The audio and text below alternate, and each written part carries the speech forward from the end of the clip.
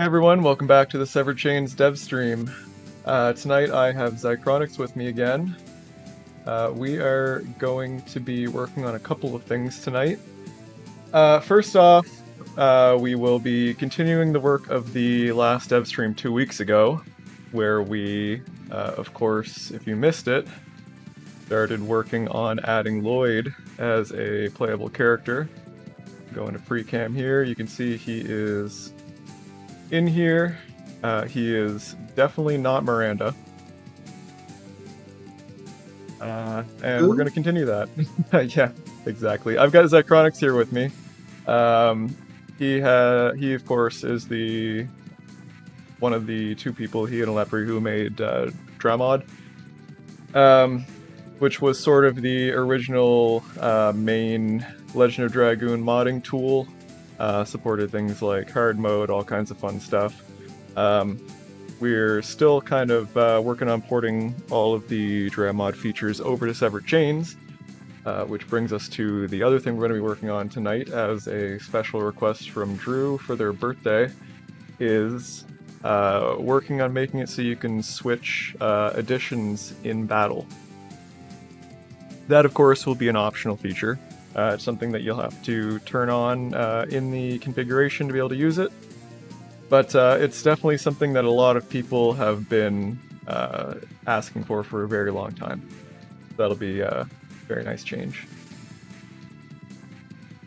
What's up, Abyssal Dragon? Hey, Darius. Hey, Denengrad. Cattlebulg. Zycronix, you're here. I don't need to say hi to you. FPTF. What's up, Chocolate? Gangstalking Clips. Interesting name. Monomoto Loco. Gerald Artoon. Mr. Can't Stop the Robot. Summoning all my powers of cringe to conceive the greatest XXX Hyper Slayer XXX OC.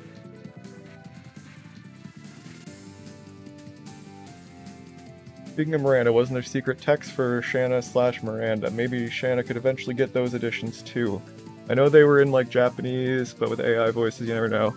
So there's some serious ethical issues with AI voicing. So we wouldn't be doing something like that for a first-party mod. The game does include Japanese voice clips for several editions for Miranda. I can't remember what the translations for those were off the top of my head. Zycronix, do you remember? Dragon Needle, Silver Rain, something of that nature. She had 5 of them. 5 of them, right. So yeah. There's a video on my YouTube channel. You can look it up. Yeah. Yeah, why don't you dig that video out, actually, Zycronix. But long story short, we will be allowing modders to add additions for characters. Characters that have additions, characters that don't have additions, like Shanna and what's her name. We've got Strife in the chat. Strife is part of the Echo S team, who is actually making a fully voiced mod for Severed Chains, which will add voice lines to literally everything. All dialogue, cutscenes, etc. That's going to be very, very cool. And I wouldn't be surprised if someone from the team wanted to do some voicing for some extra additions. What's up, J-Man? Hey, Lloyd. So yeah, we're going to be continuing our work on making Lloyd a playable character. We're going to try and give him some of his magical attacks while he's in Dragoon form. We are also going to be working on edition swapping in battle, so you'll be able to choose what edition you want to do.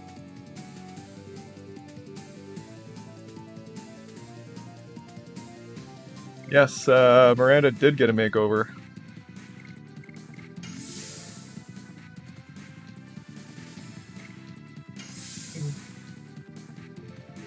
Yeah, so Echo S put out a teaser for the voiceover project, and Kongle was actually one of my favorites, definitely.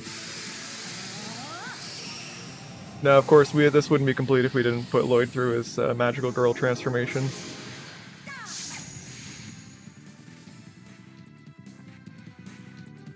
Which, of course, puts him into his wingly armor form. Definitely going to need a custom animation for that, so it's not Miranda. I think we'll use the exact same effect, though. Yeah, just swap the model with Lloyd. Exactly. I think that'd be pretty good. Very, very fitting for Lloyd. Now, chat. Here's the question: what element should Lloyd be?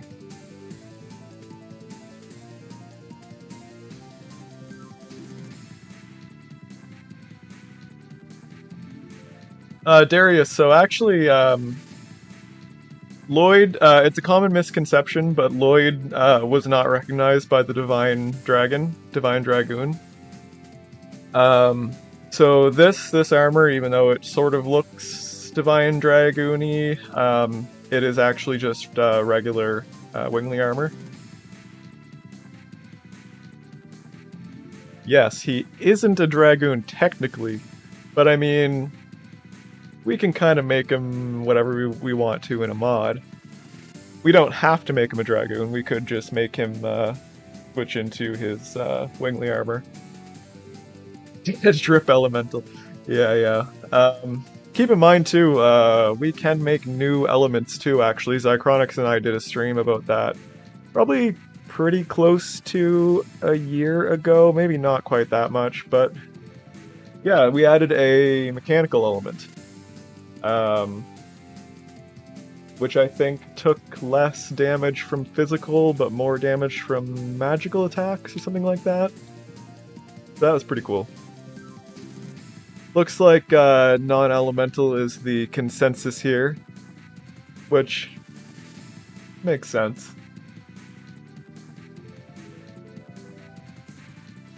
Let us level 5 magic summon a barrage, that's a good idea. Yeah, so we've actually already got support for making new elements in Severed Chains. Yeah, like I said, we did a stream about that before. So that was pretty cool. It's not quite fully featured. We don't have custom icons for them yet. We never really polished up that work, but yeah, it's totally possible without a ton of problems. The Arcane could be interesting. What kind of features do you think that would have? Also, as the stream title says, my very lovely clickable title, what character would you like to see as playable? Not necessarily a character from Dragoon, but it's definitely a lot easier to make characters from Legend of Dragoon into playable characters. We also want to avoid copyright issues. Wink wink. Dole, Zeeg, definitely Dole. Dole. Getting a lot of Doles. Claire could be interesting. Head of the... You mean the Garage Gang?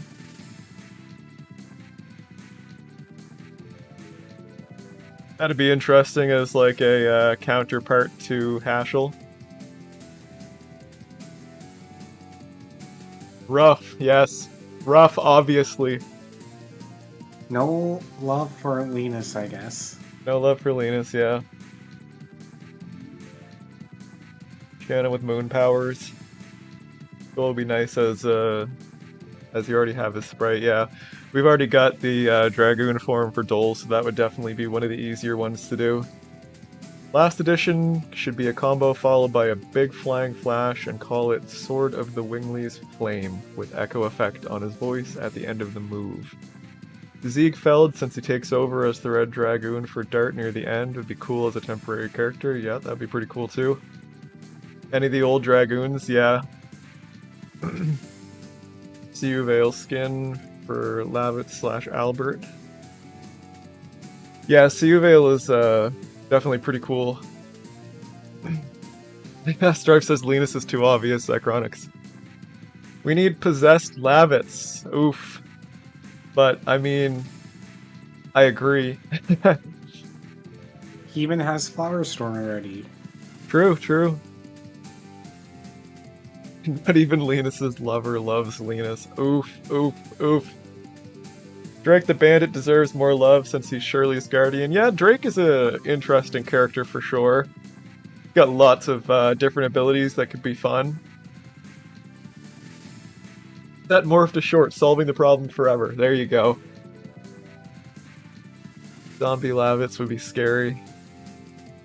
Surely, yeah. Surely be cool. There was a long-standing rumor that there were cut files for Shirley's Dragoon form in the files, but we have found that to be not true, unfortunately. As cool as it would be. There was a picture circulating around, I think it's even on one of the lower quality wiki pages, Wikia or something, that supposedly shows her in Dragoon form, but I don't think it is a real picture. I think it's just a Photoshop. Doesn't look terrible, but there's some bits that kind of lead me to believe that it's not actually rendered in game.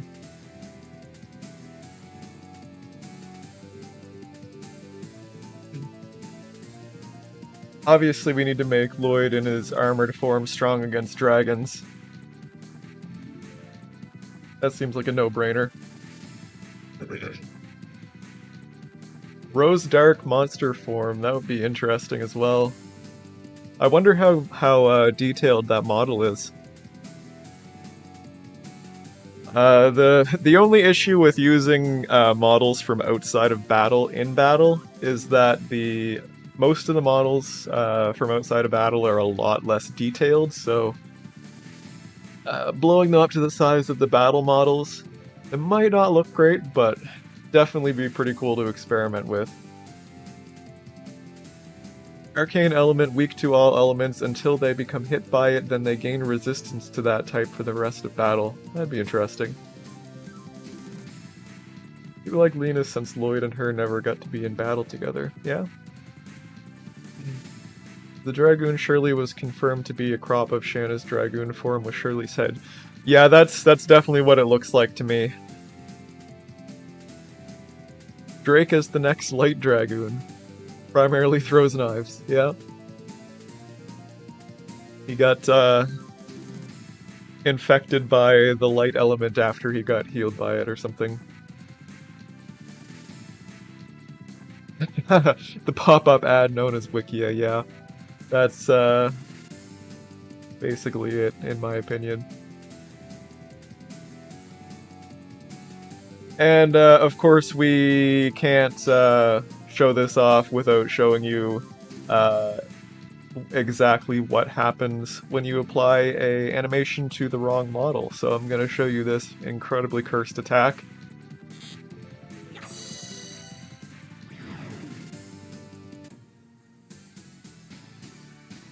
And victory animation.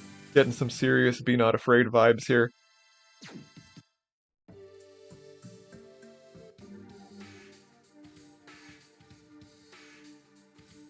Haha, playable rainbow bird. Would new bosses ever be something that could be done? Yes.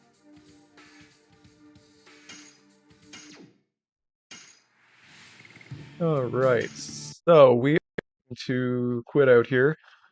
So one thing that we're going to be working on today is a new menu that lets you select your edition while you're in battle.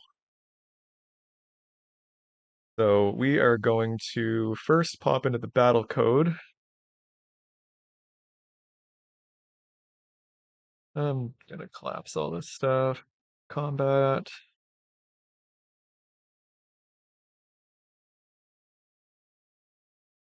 So I'm thinking Zychronics will probably do something very, very similar to the spell selection menu.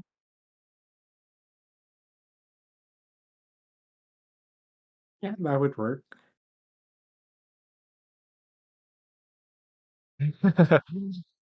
Like it when the answer to pretty much all the can we questions is yes. Yeah, exactly. That's the benefit of severed chains over these our older ways of modding. As ridiculously amazing as things like Dramod and Lod mods and stuff like that were, obviously they are limited by only being able to either modify the game files or modify the game's memory while it's running. And they pulled off some insane things in doing that. Don't get me wrong. Um, but of course, without being able to really modify the source code, there's only so much you can do. I can totally see a choice of Hashel ending his journey at the end of Disc 1 with Dole and Kongal joining as a result. People who are more talented than I, please make this happen. Yeah, that'd be interesting. Having Dole survive and carry on the fight.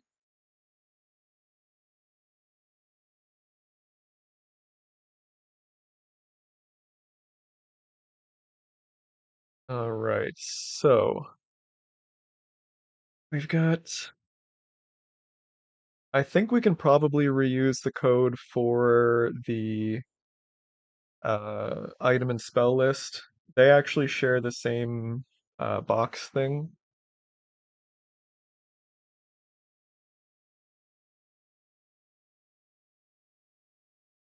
No, of course, the question is, where do we start with this? I'm thinking, You would maybe have a button like, is triangle used for anything in battle? I don't think so. no, I don't think so. And that's kind of what I was thinking. We will start it off with a button and then eventually, just to kind of get our foot in the door, if you know what I mean. Yeah, we're not on replacing icons yet, right? So Well, that probably is not infeasible to do right now. Like, we can probably do that. But to start out, it would definitely be easier to not.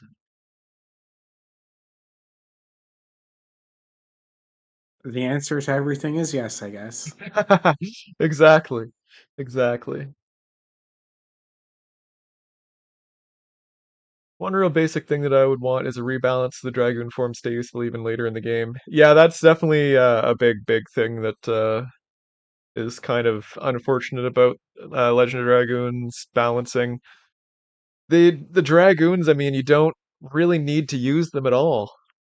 And in fact, a lot of times it's a disadvantage. And that kind of sucks because I mean it's sort of the whole point of the game, right? It's called Legend of Dragoon, not Legend of a bunch of humans. Legend of Dart. Yes, exactly.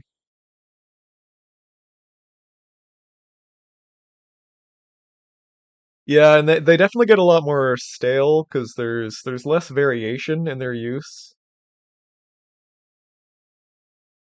The entire Dragoon characters replaced by their past counterparts at some point, Shirley's models being the only issues. Yeah, that'd be pretty cool.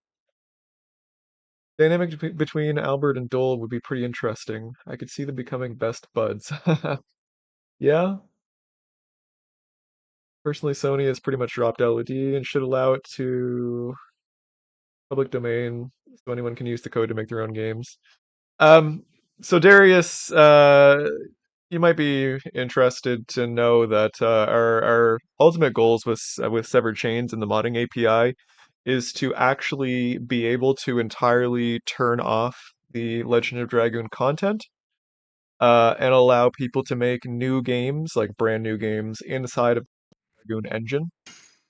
So if you look at the mods list here, you can see we've got Legend of Dragoon Core. This will always have to stay on. Legend of Dragoon Game, this will be toggleable. Right now it's not because it's still required. But yeah, you'll be able to toggle this mod off. And yeah, if someone else makes a like total conversion mod, entirely new campaign, you can turn that off, turn their mod on, start a new campaign, and just play.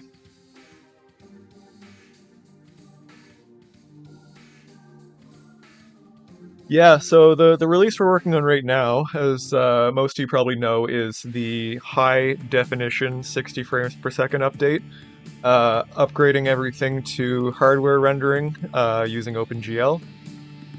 So that's why what you're seeing here looks so much better than the currently released builds, emulators, the retail game, etc.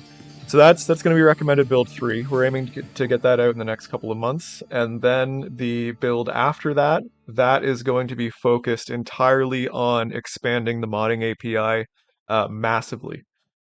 So we will our tentative plans. I haven't actually done like the full project plan for this yet. I usually wait until we are wrapping up the current release cycle that we're working on before I really start planning for the next release.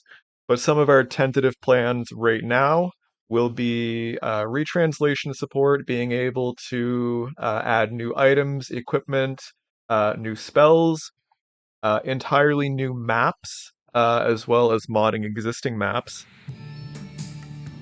Um, what else do we have planned, Zychronics? We will be expanding, we'll be allowing mods to expand the level cap, the Dragoon level cap, which is something that Dramod needs because it has level 7 Dragoons in hard mode and hell mode. PvP. Drew will get mad if we don't mention this. Yeah, PvP is not coming in the modding API release. I'll say that right now, but we do have plans to add PvP, as well as co-op play, so you can have other players connect up and you can do like co-op battles against bosses and things like that. I think that'll be very fun, like boss rush mode. But you control one person, somebody else controls another person, somebody else controls a third, etc. I think that'd be a lot of fun. I'm a big fan of cooperative game modes.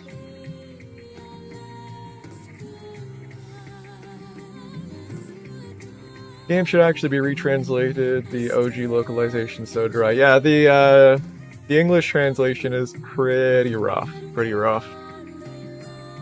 Um, some people find that it has a certain charm. I personally don't.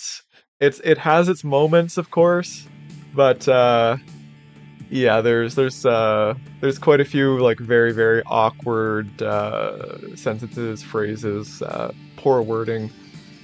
I'm sure everybody who has played through is well aware.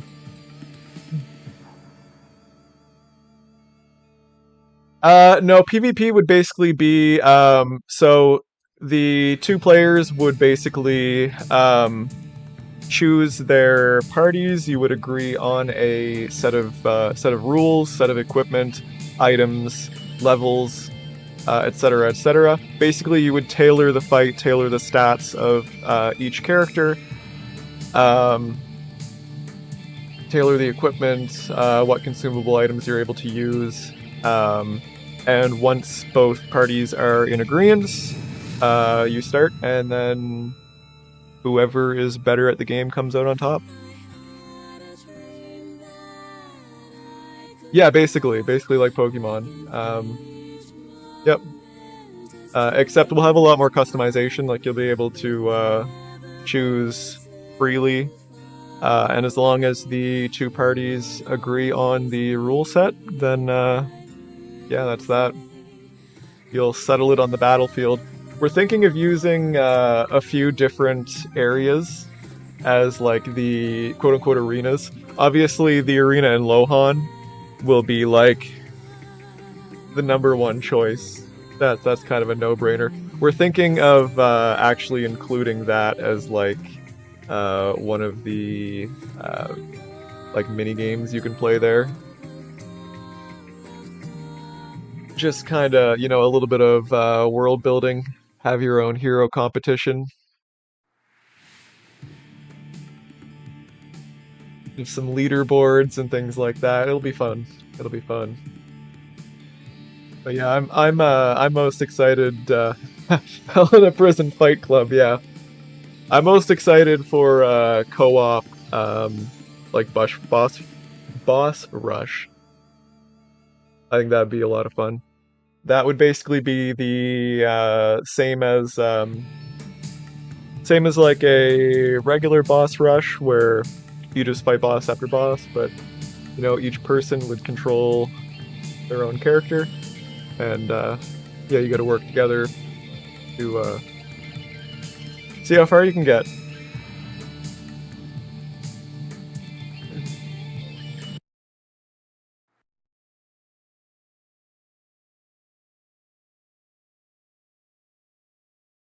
Yeah, I don't have like a full violence Vilude. I don't have like hard plans for when we are going to do this.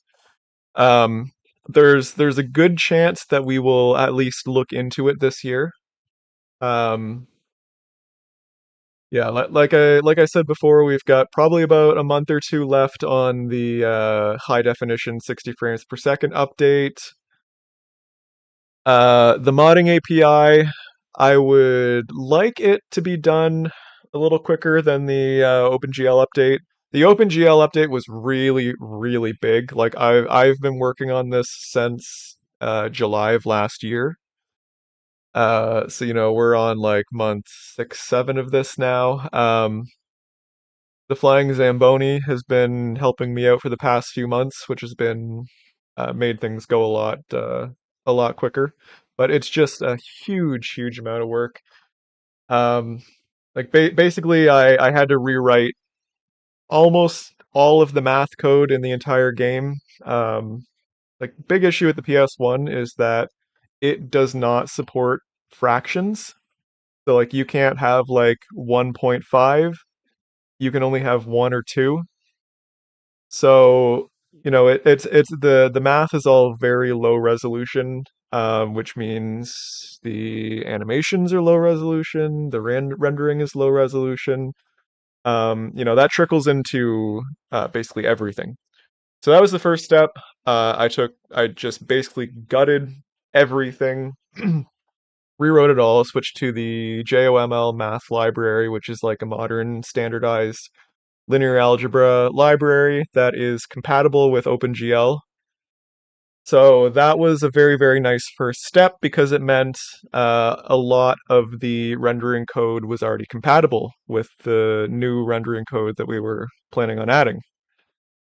Um, and that's made it actually pretty smooth, much smoother than I thought it would go. Um, but, you know, uh, even if it goes very smooth, there's just so much rendering code in Legend of Dragoon. It's crazy. Uh, you can really tell where the game budget went.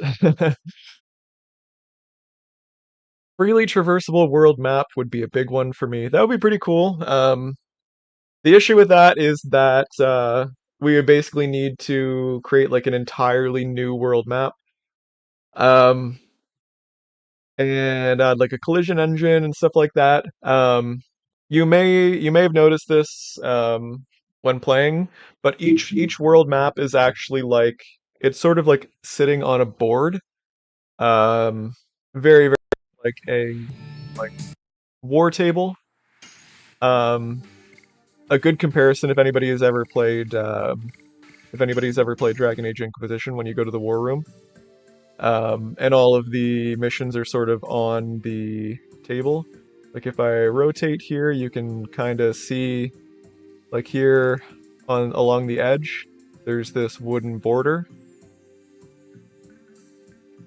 and that extends all the way around. So it's not like one contiguous thing, and if I zoom out, you can actually see like the whole thing here. So yeah, we would basically have to like redo the whole world map. So it'd be a very cool thing. Uh, Also a lot of work.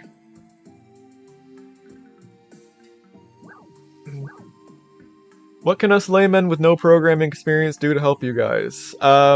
We always need testers. Um, we have a special. We have the main Severed Chains channel, which is where most of the SC stuff happens. We also have a private channel for testers. If anyone is interested in being like a anyone can test, anyone can play this game, anyone can play the dev builds. We post them all on GitHub. If you go to releases, you can download this build that I'm using right now, latest development build. No commitments or anything, but if anybody does want to be a tester, um, that works like directly with us, just ping me or Drew in the Legend of Dragoon Discord server, and we will add you to the testing group. I will occasionally ping the group with like specific tasks. Certain things that I need tested, certain things that I need help. Like if I need help figuring out how or why a bug happened. Um, yeah, if you're interested in that sort of thing, then ping one of us and we'll get you added to that group. That is a great way to help. We also have various other projects like the wiki, for example. We have an in-house wiki that needs more content. We've got tons of projects. Just pop into the server and ask. Hey George, how's it going? And yes, as Deningrad said, Deningrad is one of my oldest Kofi supporters at this point. We do have Kofi accounts as well. Well, there's the chat.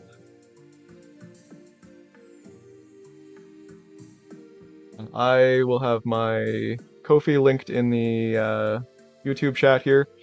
Um, Monetary support helps big time too because the more money that I bring in on the Kofi account, the more time that I'm able to spend on this. I do a lot of freelance development work in order to make a living. So all the money that I get on my Kofi account, which is honestly like ridiculous. I honestly like never ever expected that there would be enough people interested in this project that they would actually pay me to do this. But yeah, the more money I bring in there, the more time that I can spend on this, and everything that comes in is awesome. Every one of my supporters is friggin' amazing.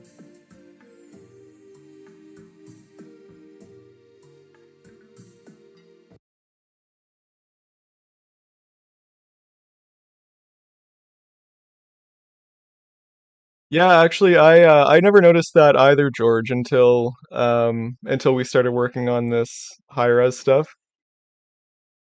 Thanks, Deningrad. Upscale projects is top of my hype list. Give me all the crisp backgrounds and character models. Eye candy gives my brain all the happy chemicals. Yeah, the upscale project's very, very cool. Zycronix is one of the main people working on that. Zycronix and the Flying Zamboni. We have showed off the upscale project on a few of the previous dev streams lately.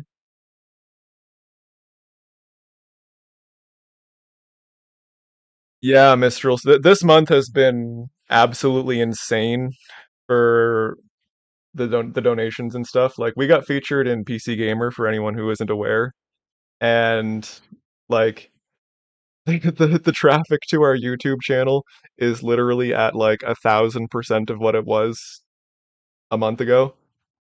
Uh, so to everyone who came in from PC Gamer article or the Reddit posts and stuff like that, welcome to the community.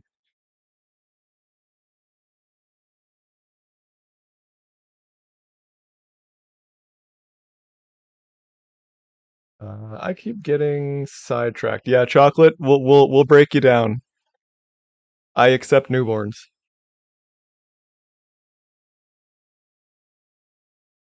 or firstborns. I guess newborns too. Newborns are fine. I don't don't look a gift horse in the mouth.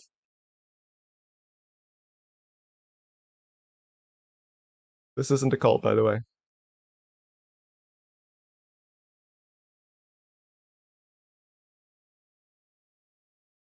Sounds exactly like what a cult would say.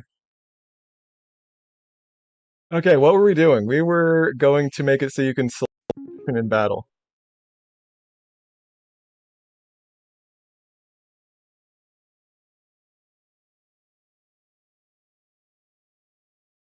Yes. Press a button, open up this menu.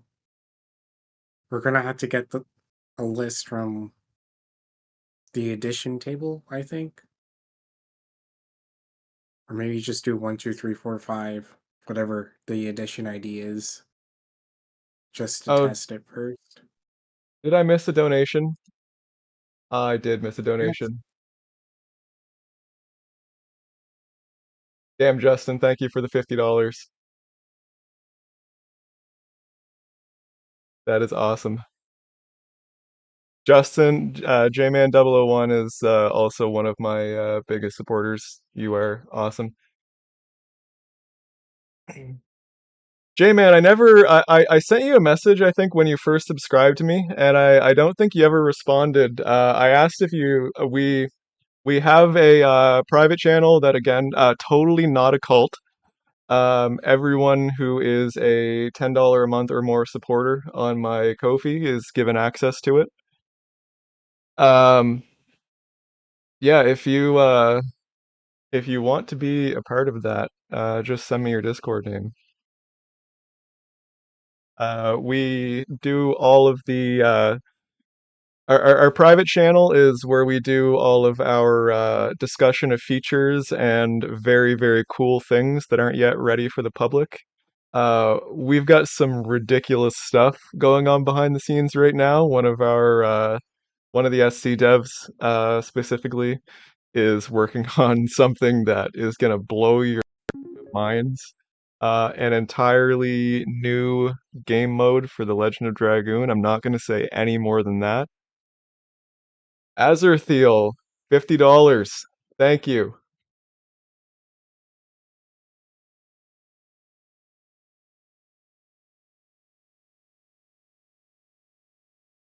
You guys are awesome. But yeah, entirely new game mode. Very, very cool. Actually, fully playable right now. There's still a lot of finishing touches left to do on there, but it's awesome.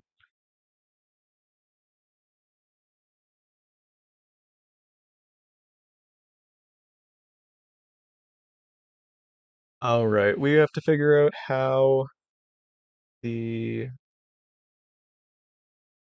yeah. So everybody say happy birthday to Drew. I don't know if they're in the chat right now, but yeah, it's Drew's birthday. We are specifically working on a birthday feature right now. This edition selection is something that Drew requested.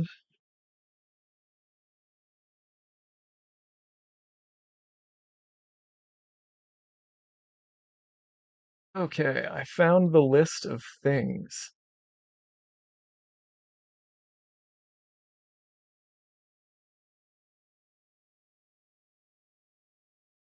So this is the item list.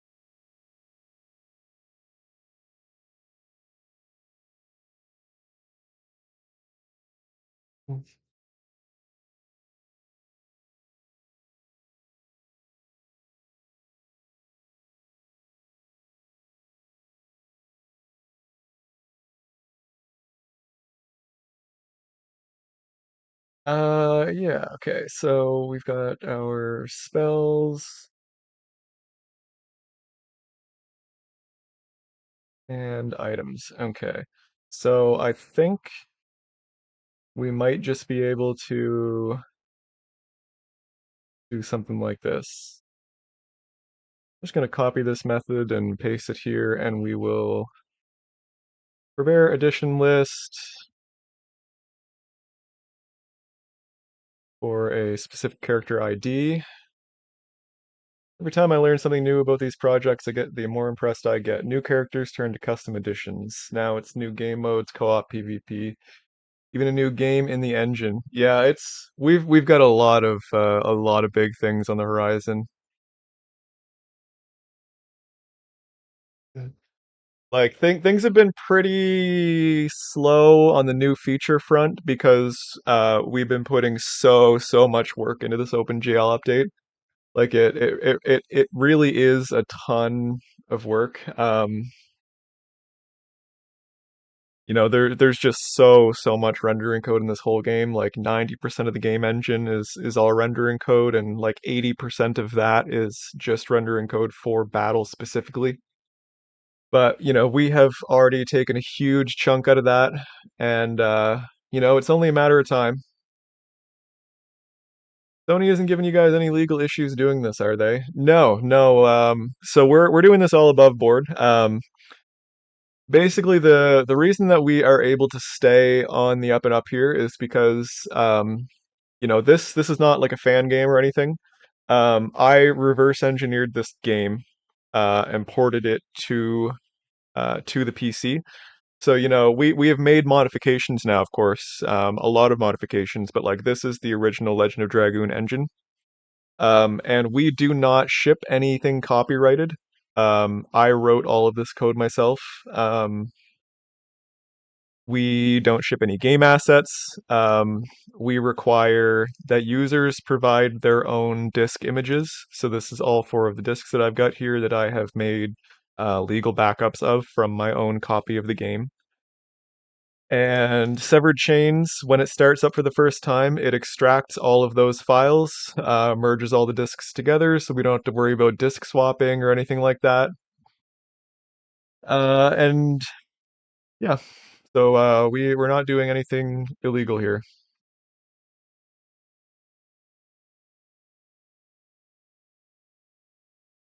Yeah, yeah. As J-Man's saying here,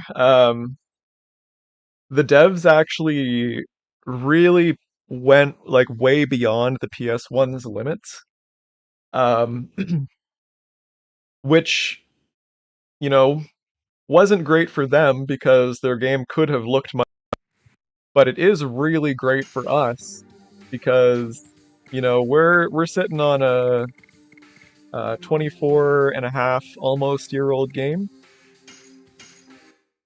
and it looks way better than it has any right to.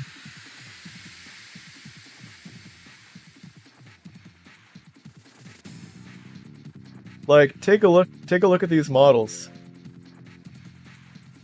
Like look at the detail here. Now, what everything that you're seeing here, these are all the original assets. Like these are the original models and textures from the game. The PS1 could not even come close to rendering the amount of detail here. Like, yeah, it's pixelated when you get real close, but still, like, look at the detail in the face. Like, it's insane.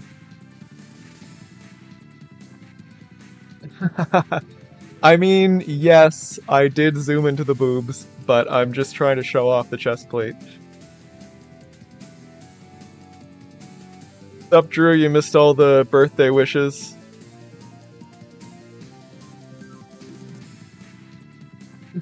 Yes, Miranda has been replaced by a much more important character.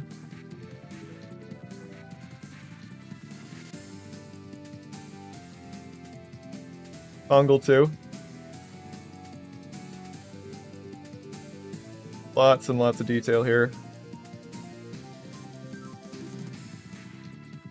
And these aren't even the highest quality models in the game. Some of the cutscene models are actually even much higher quality than this still.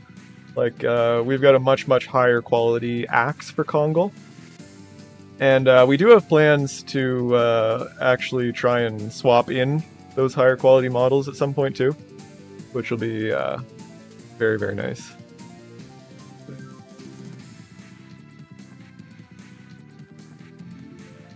Yeah, as E Dragoon said, we basically fall into the same category as emulation. Severed Chains, to be crystal clear here, is not an emulator.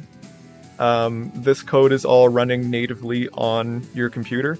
There's no emulation whatsoever. We have literally taken the code and converted it all into a computer game. But yes, we do fall under the same distinction as emulators.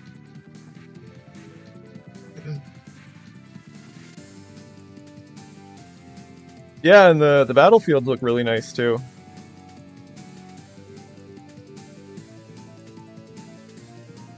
You know, lots of detail. You know, there's parts of the fields that you can't even see. Like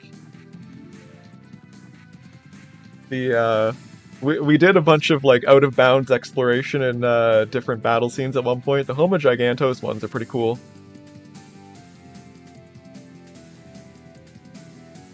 How did the PS1 render models that were too much for the hardware? Okay, so the thing with 3D models is that if you're familiar with vector images, models are basically 3D vectors, 3D vectored images. So you know it's not like a bunch of pixels or anything like that. Let me show this off with my amazing paint skills. So when we have a 3D model, it's not like, you know, we don't have a torso like, you know, it's not like one solid thing. It's actually like a bunch of points like this. That's probably too small to see. So it's all basically a bunch of points, just like dots in 3D space. And then you've got a texture that is sampled and drawn in between these various triangles. So when we go to rasterize a triangle, that is a wiggly line. I want a regular line. When we go to rasterize a triangle, oh my god, stop wiggling. It takes the texture and samples it at all of these discrete points. So what we're doing here, you know, this window right now is rendering at 3 times the PS1 resolution. So let me just undo all this. So let's say this isn't accurate, of course, but just as an example, let's say the PS1 has pixels that are like this, and it samples this many things while rendering. Since we're rendering at 3 times that resolution, we're actually grabbing a whole lot more information and displaying that all to the screen.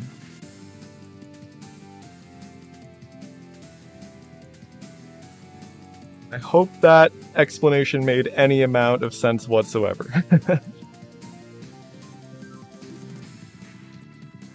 They're basically just sampling the texture less, so you see fewer pixels.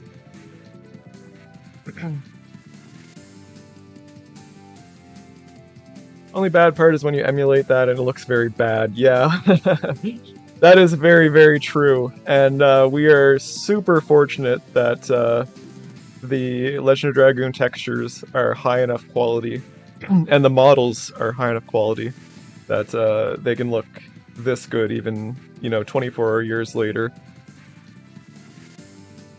Like what we're seeing here, for example, let me just advance this frame a couple times.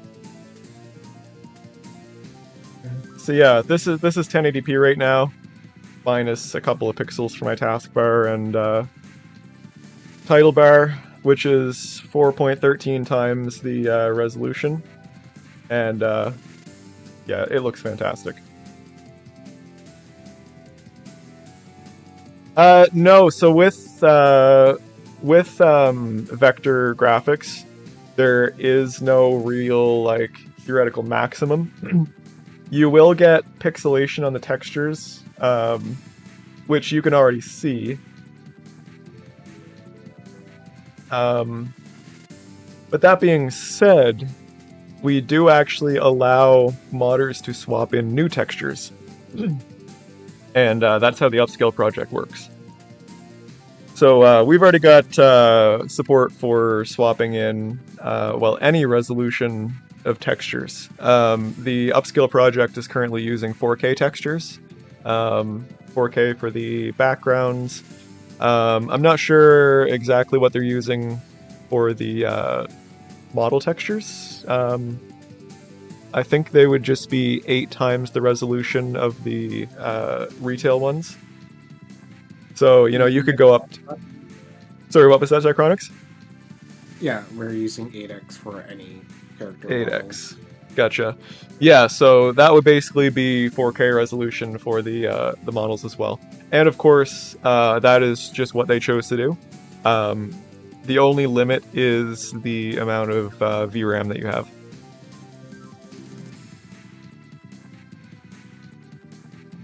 Thanks for stopping in, E-Dragoon. Hope to see you next time, too.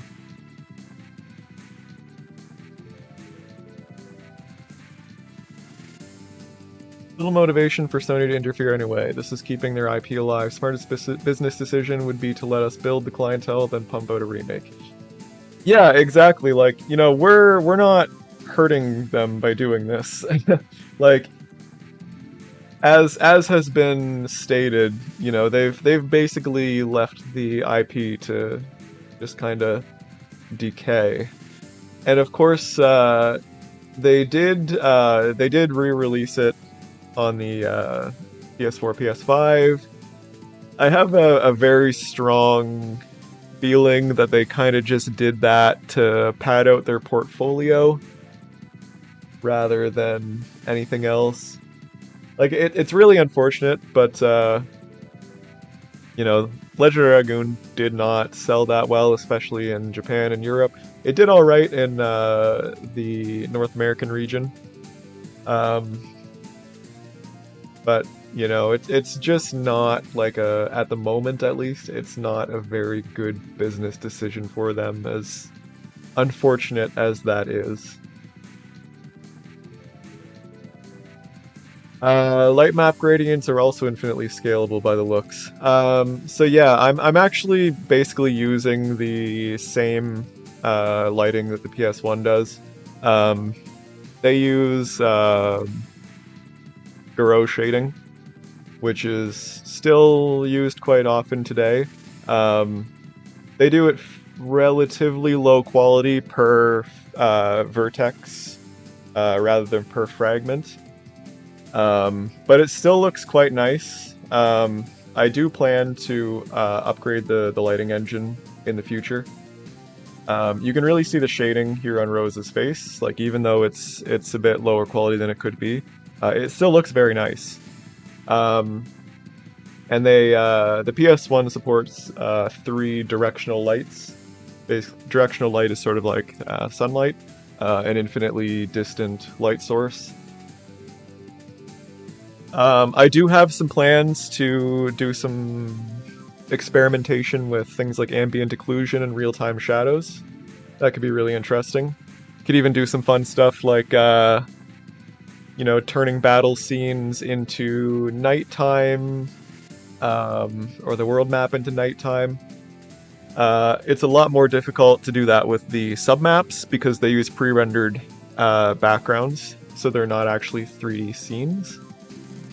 But we'll still play around there and see if we can make that look good, because real-time shadows would be very nice. Dave, yes, that is Lloyd, in fact. That's part of what we're doing on this stream, is working on Lloyd some more. Last time we imported his models, we're working on making him a playable character. This stream, if we get to it, we'll be adding some attacks for him. Approximately how much VRAM do you need for the 4K textures?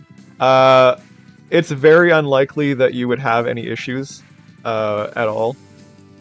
Keep in mind, LOD is a 24-year-old game, so the amount of textures that are loaded at any one time is very low. Zychronics, do you have a estimate? How much? Pop open one of your submap folders and just see how large the batch of textures is.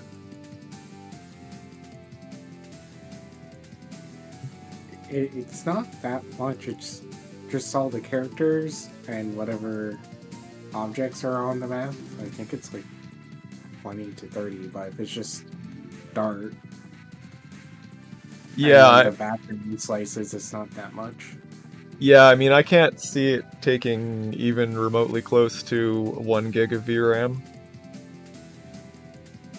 Like I'm streaming from my laptop right now. It is not a gaming laptop. It has it's relatively new. I've got a 12th gen Intel processor with integrated graphics, and I can easily run the upscale mod at 4K, 60 frames per second, like no problem. And we haven't even really optimized anything yet. Yes, your 3080 will definitely handle this 24-year-old game. I can promise you that. Kongle Nation. Played it on PS2 this last week to remember where we came from. It is wild, the difference. It really is. It's insane. What GPU could this game saturate if the graphics were all maxed out 4K plus all other upgrade goodies? Once we add things like ambient occlusion, real-time shadows, and if you're using the 4K upscale for everything, you might be pushing integrated graphics. Again, keep in mind, like, this game is a PS1 game. The scenes are not very complex. So it's gonna run on just about anything, even with some very, very nice graphics settings.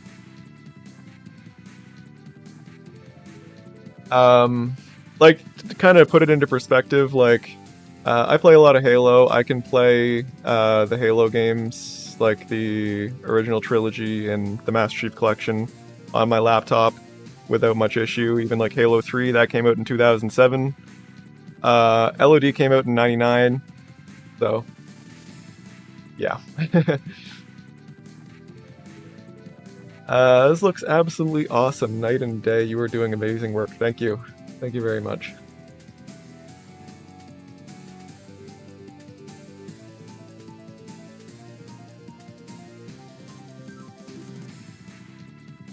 Alright, just give me 1 second here.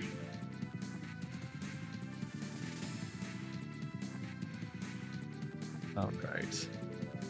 Of course, we can get a close-up of the mouse, the Berserk mouse or whatever it's called too. Even the enemies, like, they're pretty detailed. Even for such like a tiny little monster that you only see at the start of the game. Like, they did a good job.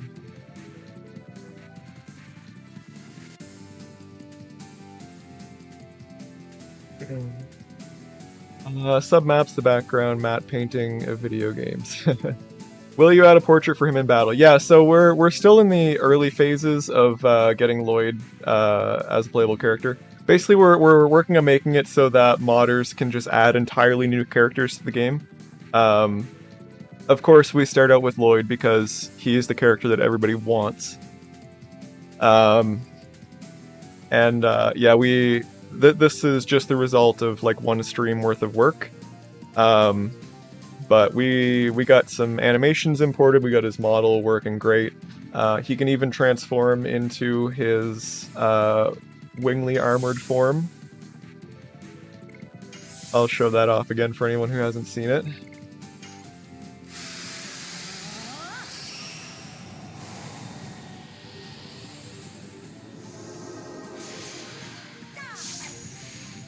I think we are going to keep this animation for him.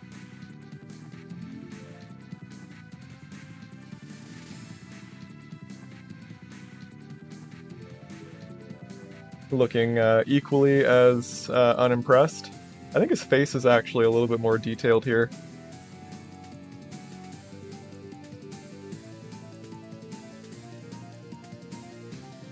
But yeah, sorry, to answer your question, yes, we will support portraits and everything like that.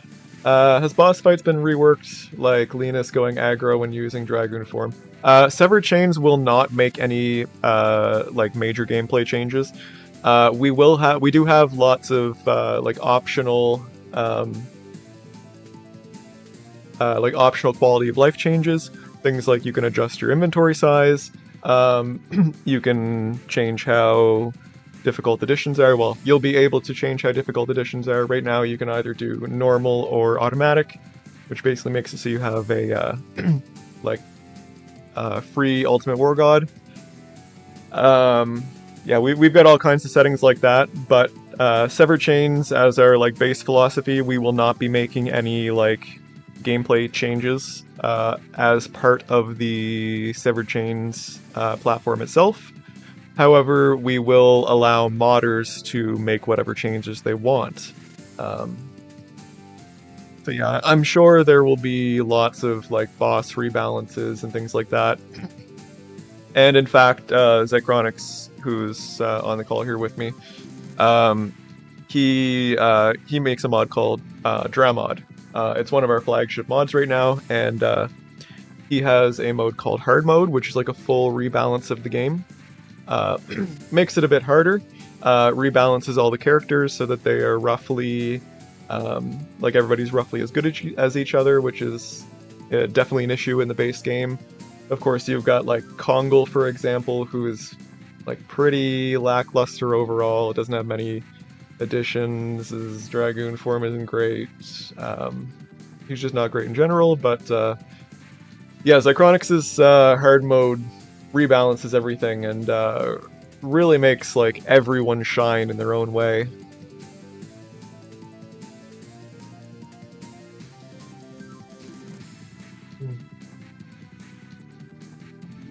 Would you be able to import custom models? Yes. Do they need to be from a specific program? We plan to start off with supporting DAE models. They're kind of the industry standard right now. We did do a bit of experimenting with that already. It's really not that difficult. Maybe we'll even do that on a stream one of these coming weeks. I did a stream long ago called Legend of Dragoon Ocarina of Time, where we started importing a Ocarina of Time treasure chest into Legend of Dragoon. We never ended up continuing that, but the Severed Chains graphics engine has come a very, very, very, very long way since then. It's been obviously completely rewritten like 2 times at this point, so you know that'd be much, much, much easier at this point. Modern GPUs handle hundreds of thousands of polys every second. Don't think the entirety of LED has 100k polys. Yeah, you're probably right. Forget Lloyd, I want Ruff as a companion. Don't we all? Don't we all? we actually had a bit of a discussion in the Discord server the other night of making a Ruff-inspired party member called Buff, who is just a massive, massive version of Ruff, but with the same sized head. Came up with all kinds of fun attacks for him. Hope to one day see easy mash toggle. Yes, that is one of the many accessibility features that we are planning on adding as soon as possible. That was blocked for a very long time because it required script changes.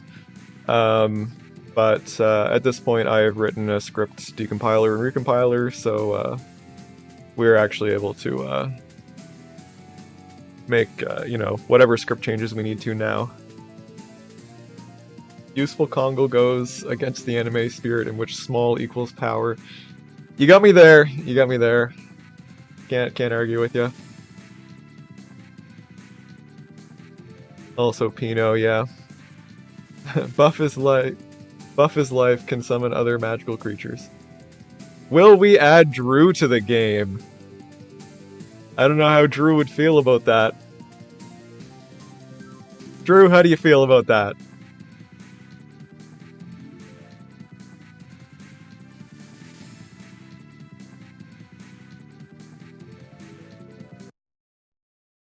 Add Drew and Monoxide. I don't know how I feel about that.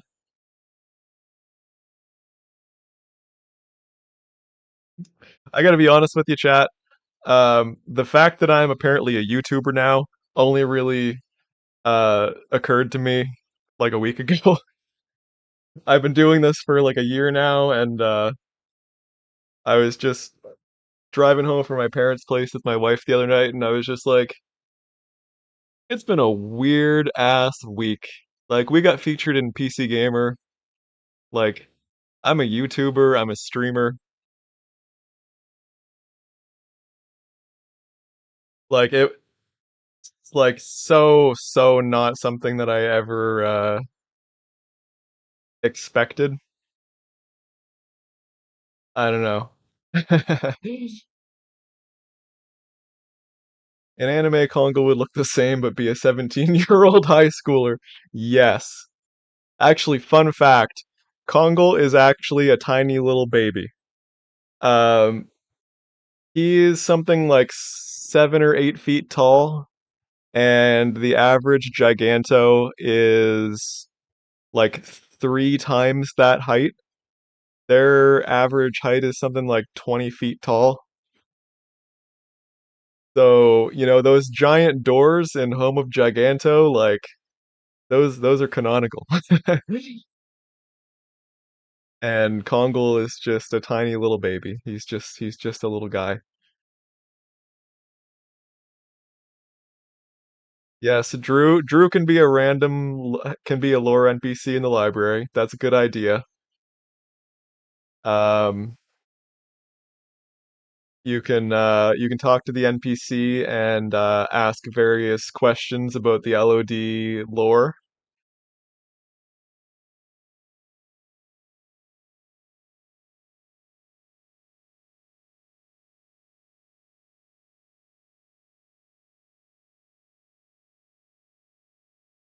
And big into lore accurate size, yeah. Justice for Kongol mod. We will make him the full 20 feet tall, give him some serious buffs, make him the main character.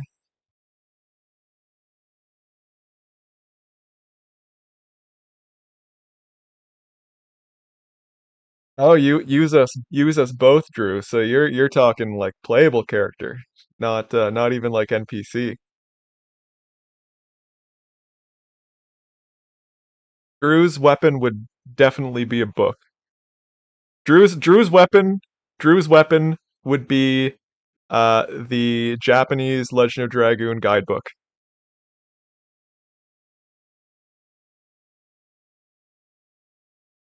That's canon now. That's Severed Chains canon. We're making it happen. The Chronics, I keep getting sidetracked.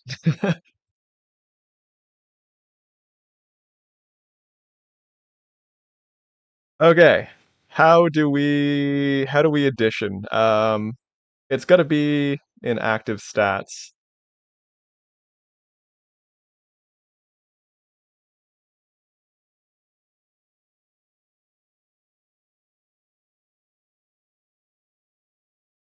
It's that really long name,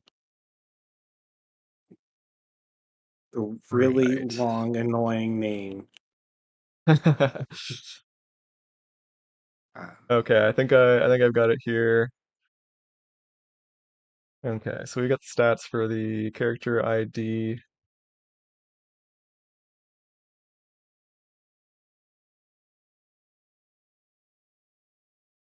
Have you added as the Shaking Helena prisoner? Okay, here's an idea.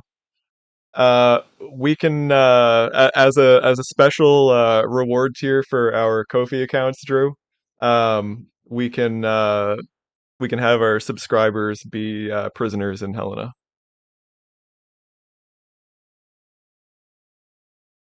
Some games have an airship. Several Chains has a biblically accurate Giganto. Duo Trio Dragoon Magic would be so cool. Seems like it'd be possible feature in a sequel. Yeah, there you go. Deningrad's down for it. Let's do it. Large stick I randomly found in the woods. That does sound pretty on brand, to be honest with you. I uh, I very much live in a forest, and I I do a lot of forest wandering.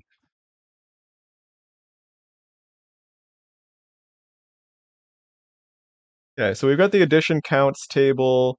We got the edition names offsets table and edition names table.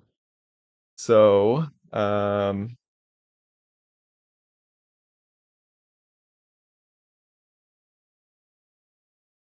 we need to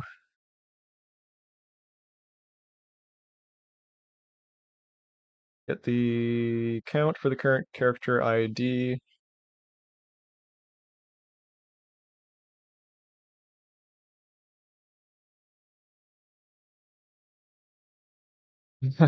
Overpowered merchant that somehow makes it to the end of the dungeons before the party, yeah. Like the merchants that are literally just like standing there shivering in the middle of Keshua Glacier.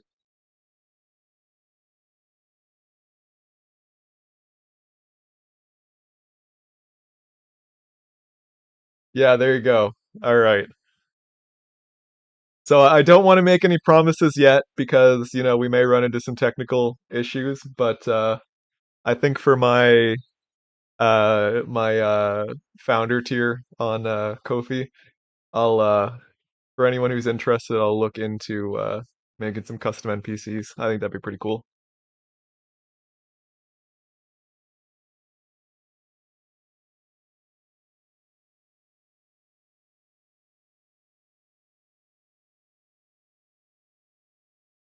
So we get the offset like this. Did I already refactor the names? No, they are still in one big list. Okay, so we will need to use the offset. That's easy enough.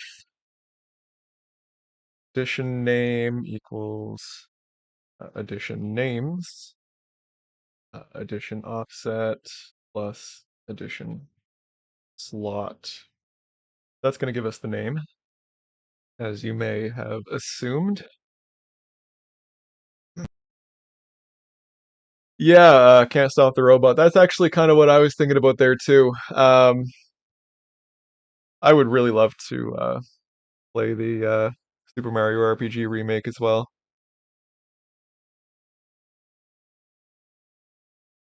I'm a big, big Mario RPG fan. Been a long time since I played it though.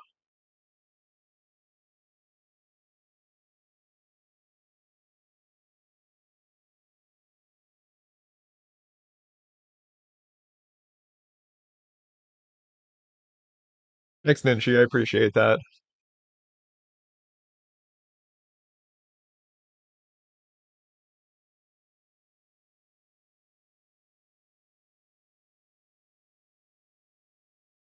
Okay, trying to figure out exactly how to do this menu thing still.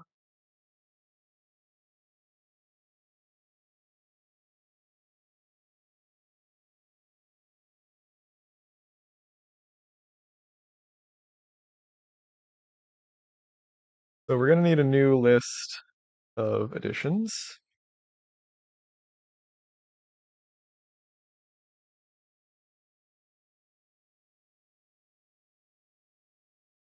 Mm. Yeah, I didn't play a whole lot of Sea of Stars, but it seemed like a pretty cool game.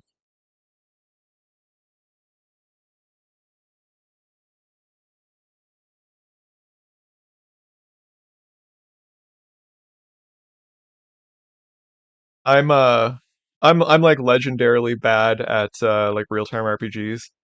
I'm really not a fan of like the battle systems in like the newer Final Fantasies and things like that.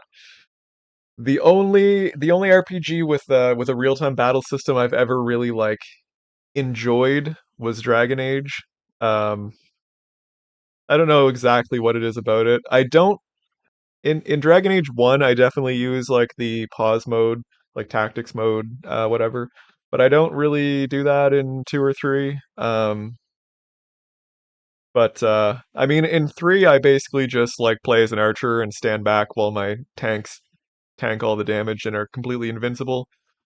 Like I beat it on Nightmare and basically just cheesed the entire way through with like completely invincible Cassandra and Sarah and just like stood at the back and shot my bow while they got wailed on.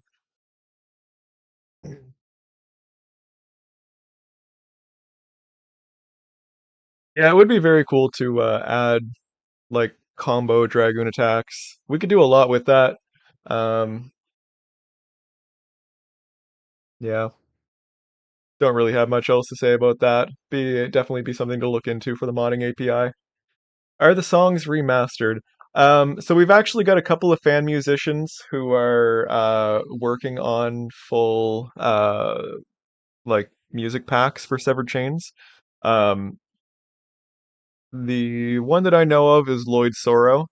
He has actually done a ton of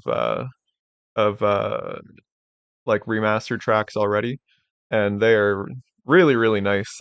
We actually used them as the backing tracks for the previous stream that we did. Actually, he just gave me permission to use those as the backing tracks for the dev stream, so I think we'll start using some of those soon.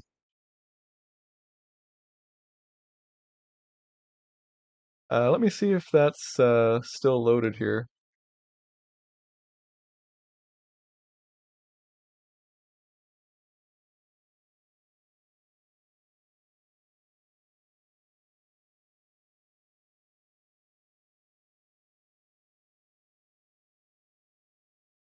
One second here, I'm gonna queue up a little bit of music.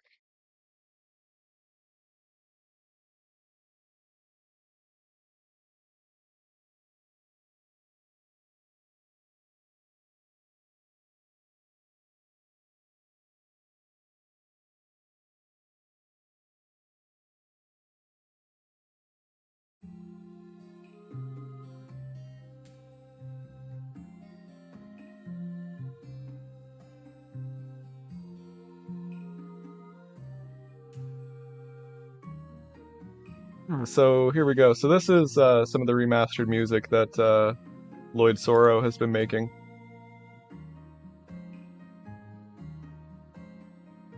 Huge shout out because I've been really enjoying what he's been putting out.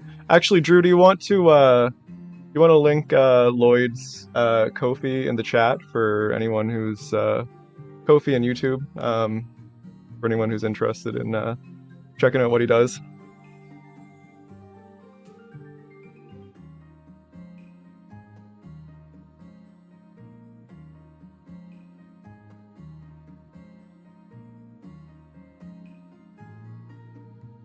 Yeah, Danton and the Marsh Commander would be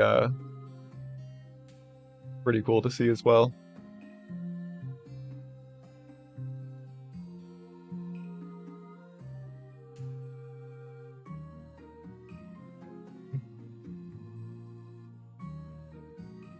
Oh, Lloyd is here.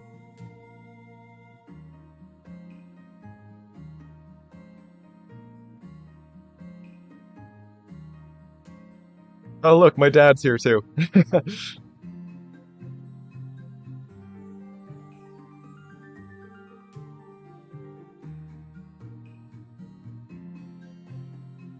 Yes, I found your Kofi.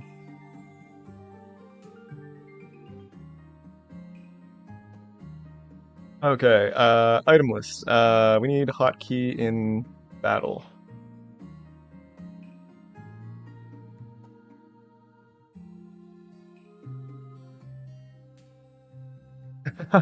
Yes, dad oxide.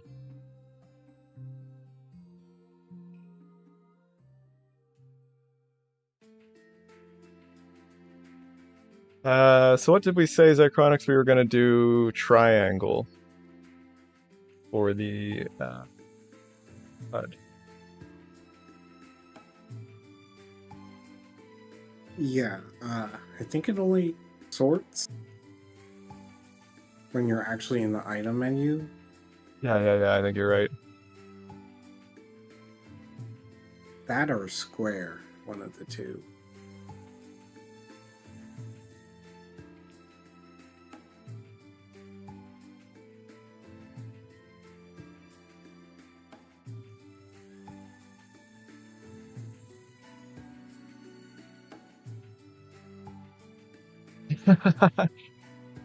Chad, we now have a group dad. There you go.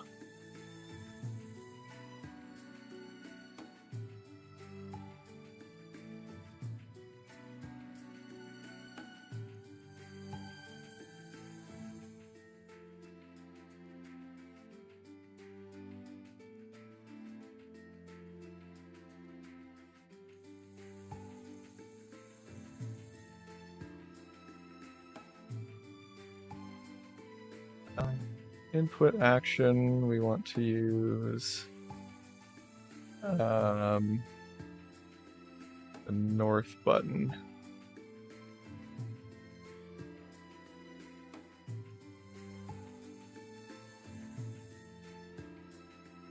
Yeah, Dad originally taught me to program on the Commodore 64.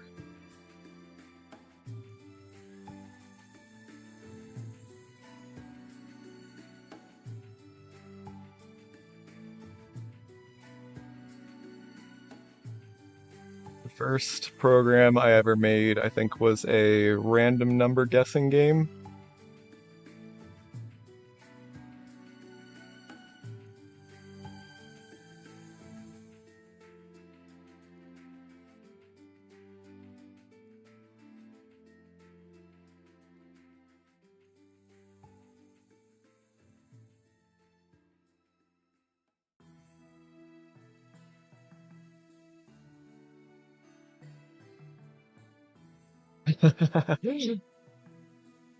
Yep.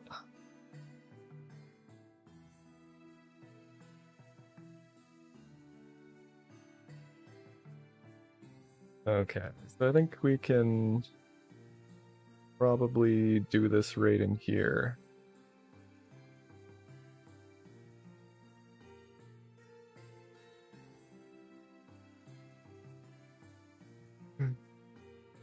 Yeah, big shout out to Lloyd for letting me use this music as the background music for the dev streams. Very much appreciated.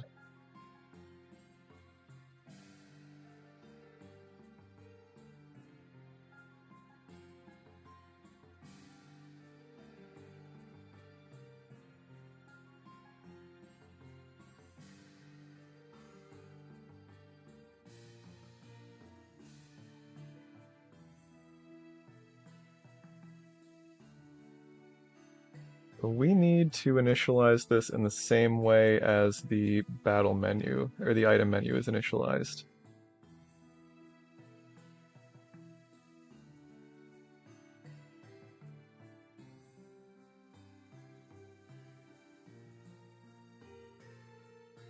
It might just be as easy as that, which would be great.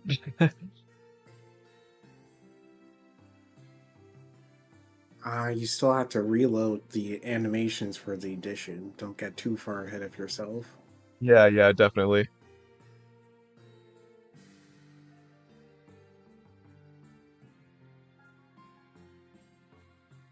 Okay, so we've already got the battle object, and the menu type will be 2.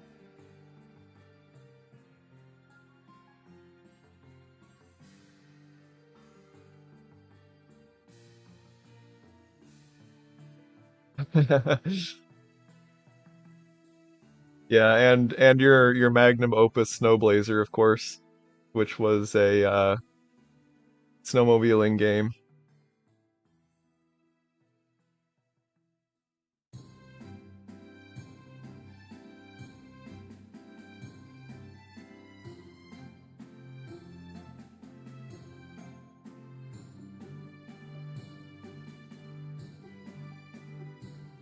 Alright, now we need to figure out how this works. And by figure out how it works, I mean copy and paste it. And mostly hope for the best.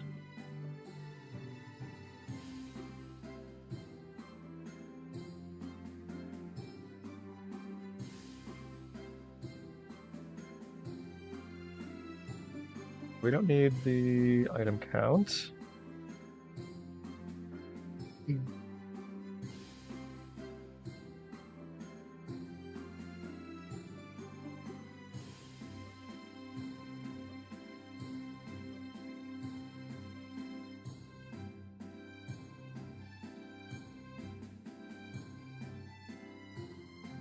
think we really need any of this stuff. Yeah, that's only used if type equals 0. Alright.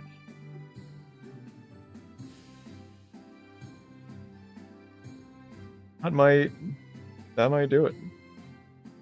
For the menu at least. Oh yeah, I forgot about the space game too.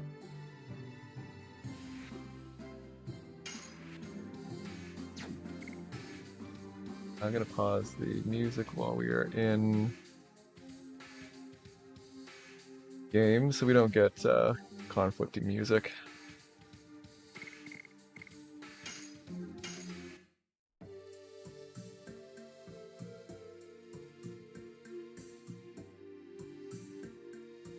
Hey Dad, the chat wants you on the stream someday.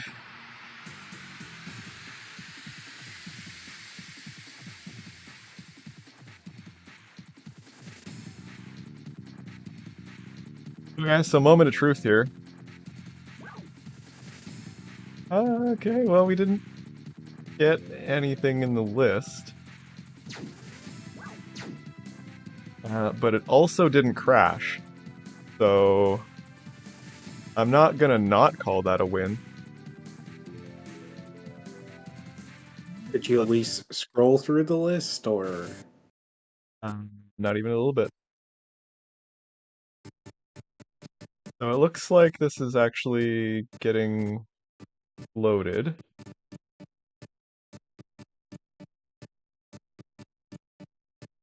Sorry about the strange sounds that you're hearing right now. It's just because I have the code paused.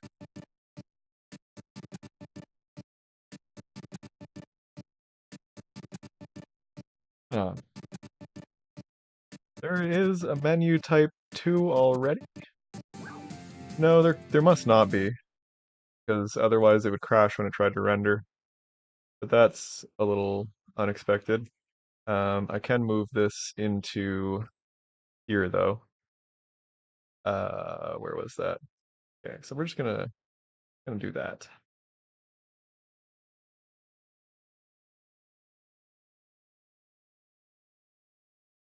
Think we can get the character ID? Yes, we can. Getting a 5-year-old in a university for comments.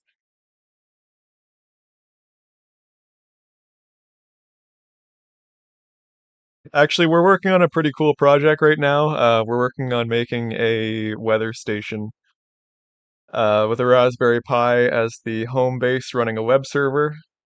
So the weather information will be available to him from anywhere. And we're using little microprocessors called ESP32s that have Wi-Fi chips built into them.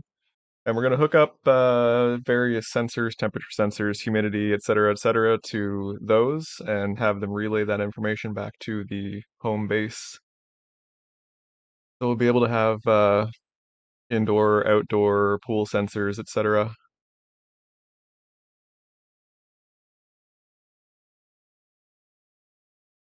Okay, so I think the issue is I just didn't set the size of the menu.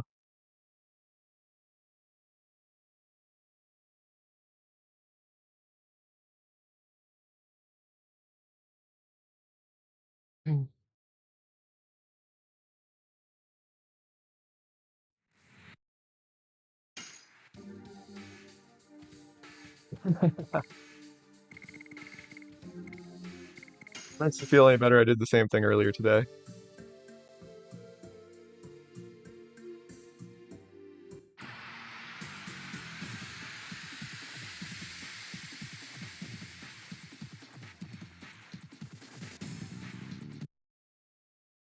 Oh, I still have the breakpoint here.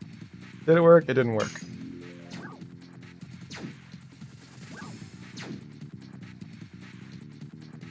Okay, let's look at the rendering code.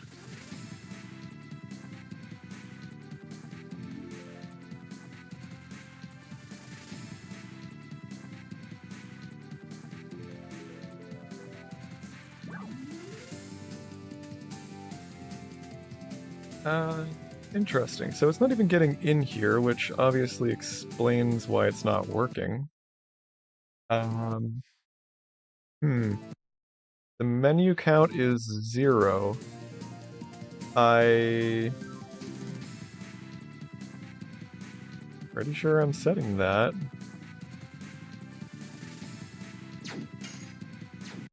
Let's do a breakpoint here. So yeah, I mean, it's getting that right there. It's 3.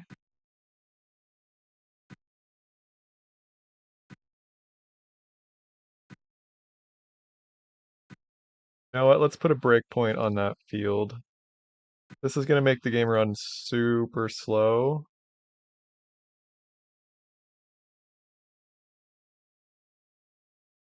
Um, okay, so it's seems to be getting run each. No, it's not getting run each frame. Sorry about the lag here.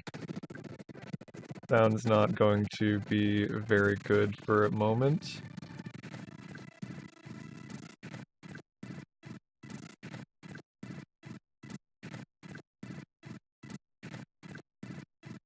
Okay, so we've got the size, but then this code is getting run again. But this time, character index 3.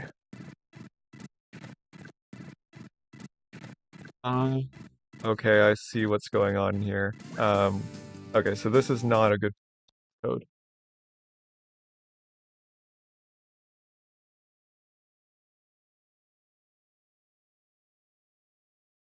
Um, where should we put it?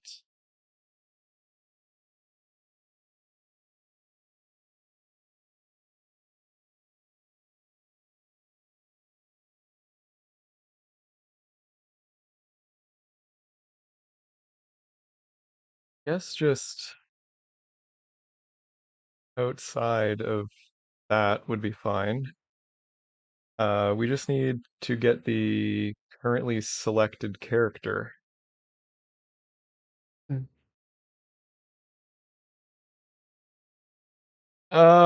What is... I think we've got current player battle object or something like that. Let me check in battle code here. Yes, current turn battle entity.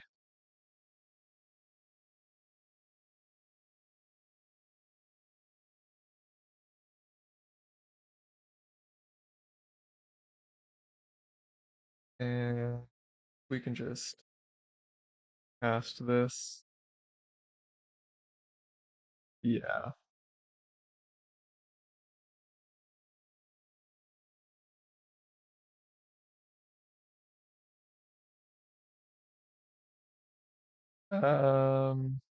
See here.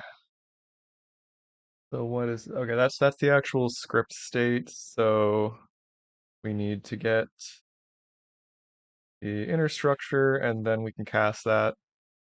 And let's try this again.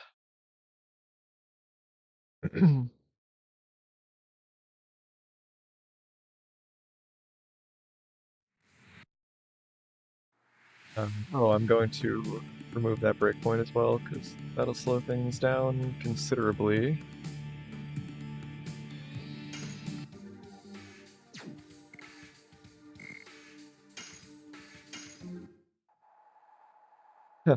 Thank you for the super chat.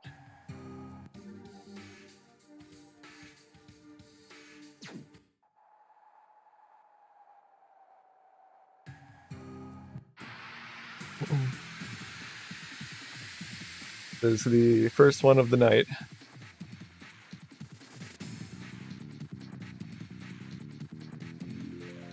All right, item or edition list. That's not additions.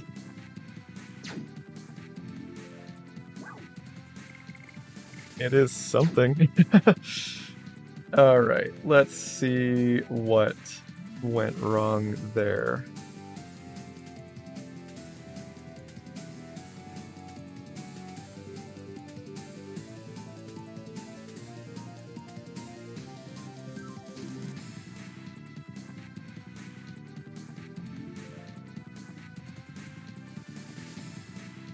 Well, the count was right. Yeah, it is. Um,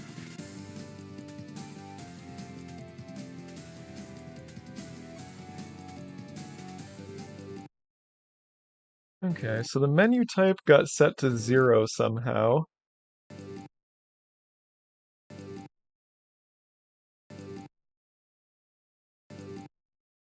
Which explains why that happened.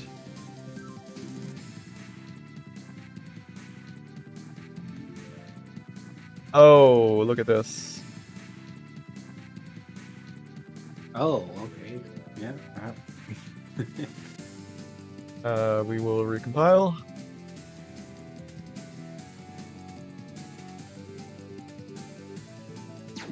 And crash.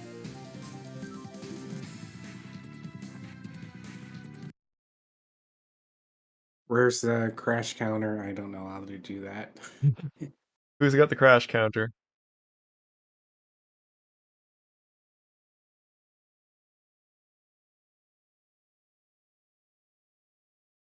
Okay, that does make sense why it crashed. Um, we need a check for the menu type here. Menu type equals 2.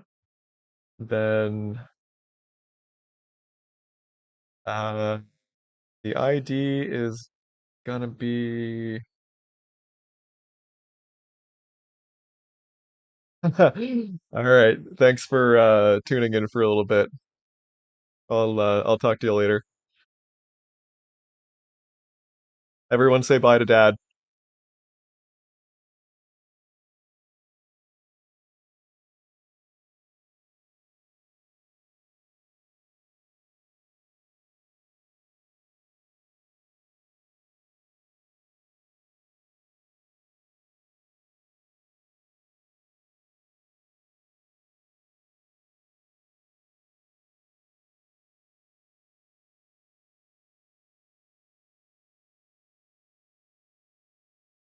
I guess for now we can just use the list scroll plus the list index. We don't need to do anything fancy here.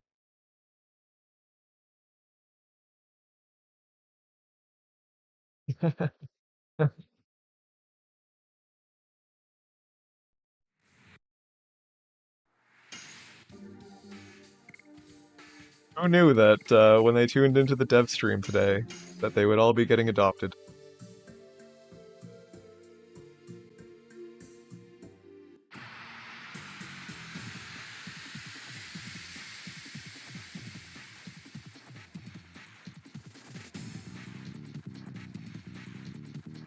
Okay, different error this time. This is progress, though.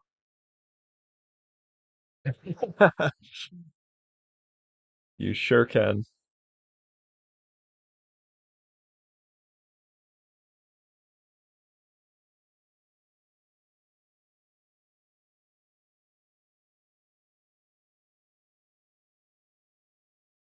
All right, we got to figure out exactly what we want to display here. Uh, okay, so we've got text type. I think we're gonna have to extend that method to be able to. Oh no, you got busted. You're so getting grounded. So getting grounded.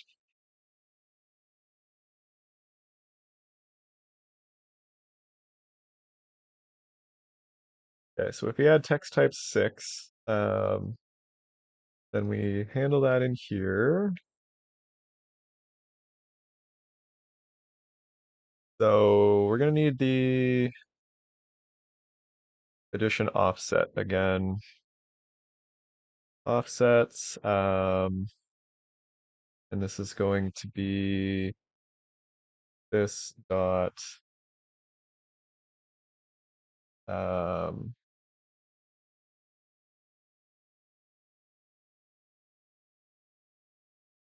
up LRC. You just missed getting adopted by my dad.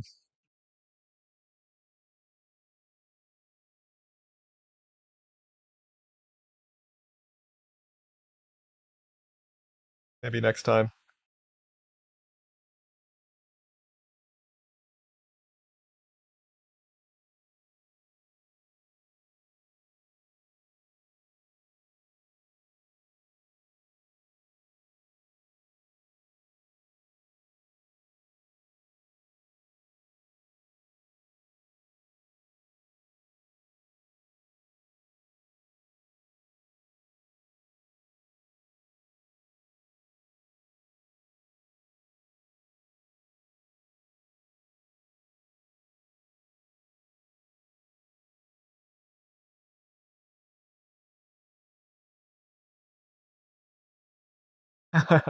Yeah, definitely.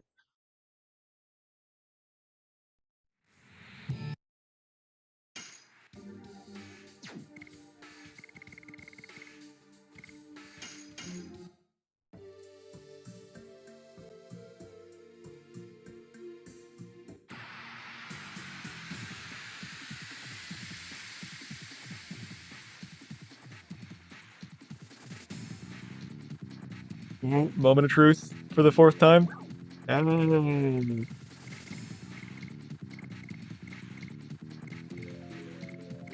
look at that. That is what we call in the business progress.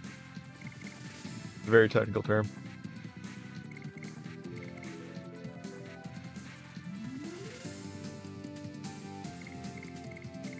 Now, what happens if you actually press X on one of those? It's still taking input for the main menu there, so it's just going to make us attack.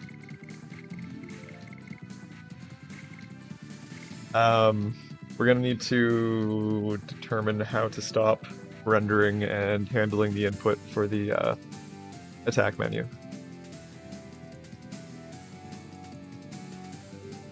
What's up, Ink?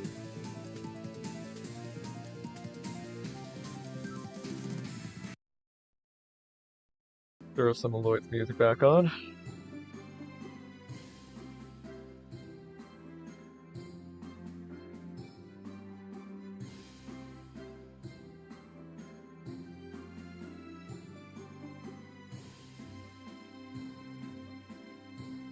Oh, right. Jump out of this. I'm guessing it's one of these flags. Flags that we unfortunately do not have documented whatsoever.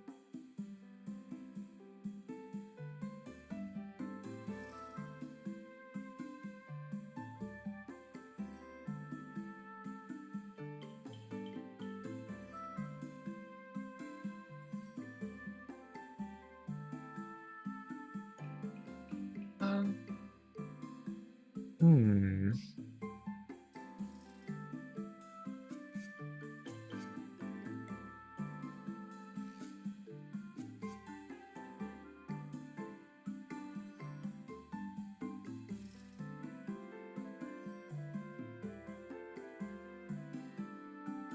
Like flag 40 means to draw the menu, the item menu.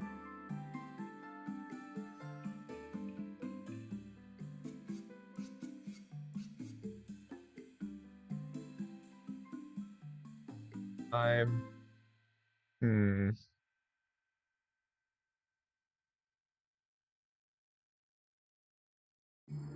That's the targeting code. None of that.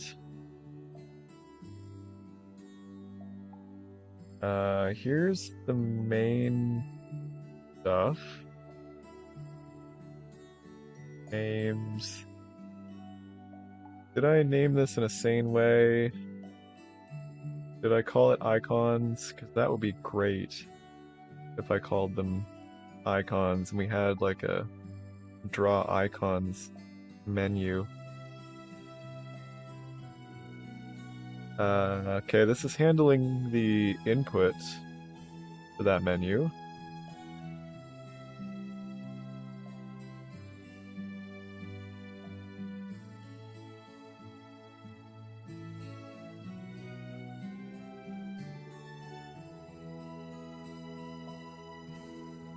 What's worse, main menu code or battle menu code? That is a toss-up. Okay. I would say right now the battle menu code is worse, but before I rewrote the inventory menu code, then that was the single worst part of the entire game engine because it had a like 300 branch switch statement. The entire game's menu system was all handled in one switch statement and it was like 10,000 lines long. So, yeah. That's like non-negotiable for the single worst bit of code in the entire game. It was a goddamned nightmare.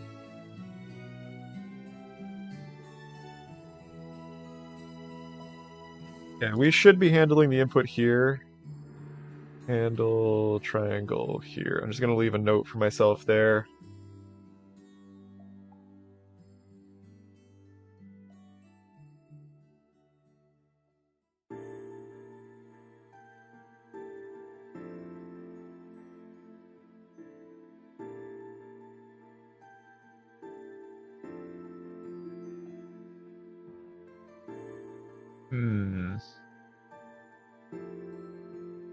So this is getting called every time. Data 0, then we return 0. Okay, we're gonna do a little bit of debugging here and see if we can figure out how exactly the item menu works. With searching, like when you press circle and it closes the menu and reopens that, would that be faster? To figure out? Possibly. Gonna pause the music here again so we don't have to double down.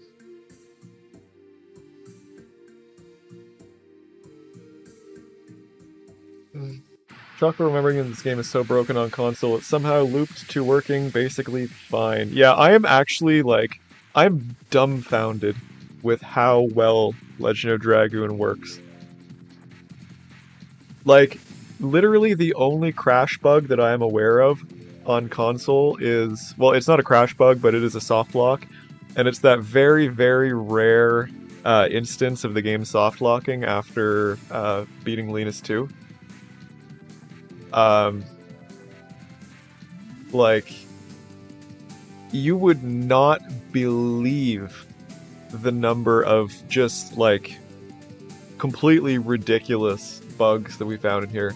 And, yeah, what Ponybro said about bugs literally looping around and fixing themselves is not an exaggeration. Like, there are some things that are so broken that, like, it actually, like, breaks in the other direction and accidentally repairs itself. Legend of Dragoon would have done very well on the Nintendo Switch if Sony gave it another chance. Yeah, probably would have.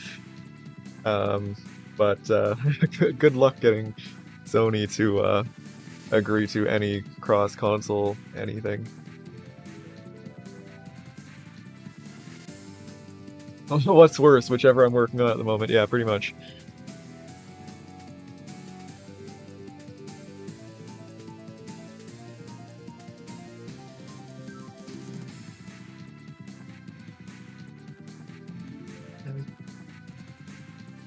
Yeah, it's interesting, LRC. I wonder if you actually stumbled upon an extremely rare bug or if it was something related to like scratch discs or something. Because scratch discs could definitely make the game like just lock up and try and load forever, because it keeps failing to load. So our battle menu state is 2 here, and if we are to open the item list, yes, it is. Okay, it's not getting called at all.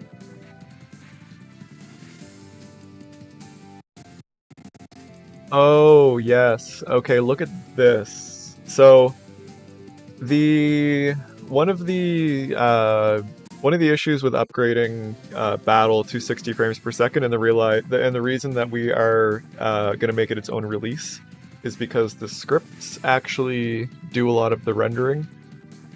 We can't up the script engine to 60 frames per second. There's no way for us to modify all of the scripts to make them understand that they're running at 60, so they'll all run in fast motion. So we need to keep running the script engine at a maximum of 20 frames per second, sometimes as low as 12, depending on what speed the engine is currently set at. Yes, some parts of Battle actually run as low as 12 frames per second. That is intentional by the LOD devs, because the PS1 could not handle some of the scenes at a higher frame rate than that. But yes, so since the scripts do rendering, one of the issues is that anything that a script renders will flicker.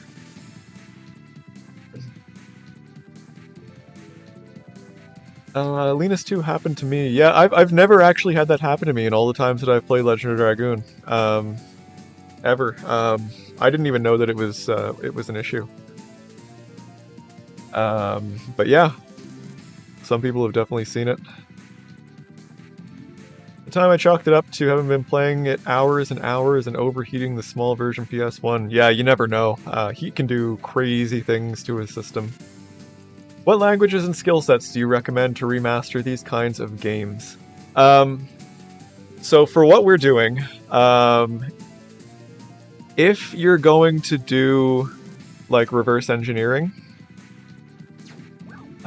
you will need a very, very strong background in assembly and how hardware works at the hardware level. You'll need to understand things like registers, bus transfers, things like that.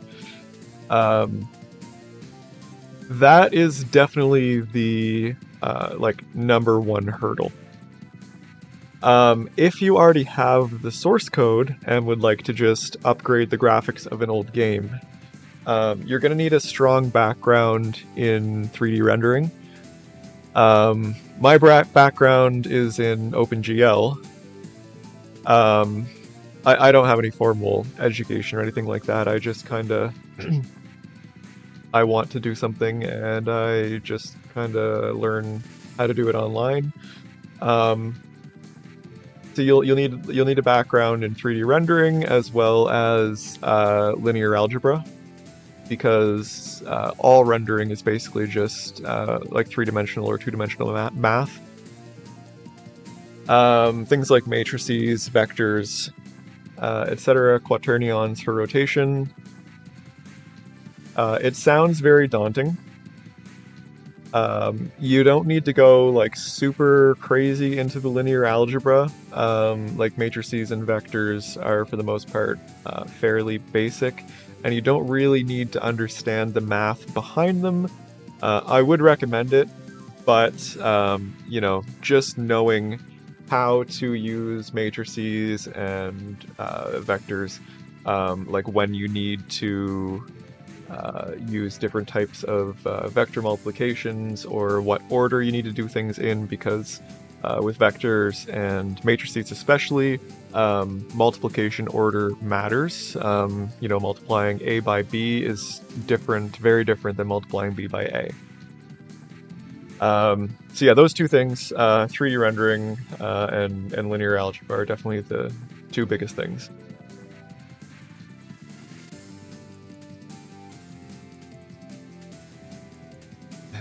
Got an LOD on the PS2 in a different timeline. Yeah, honestly, it probably would have been a better idea for them to actually release it on the PS2. Like, LOD came out at the very, very end of the PS1's lifespan. And yeah, the PS1 really limited what they were able to do.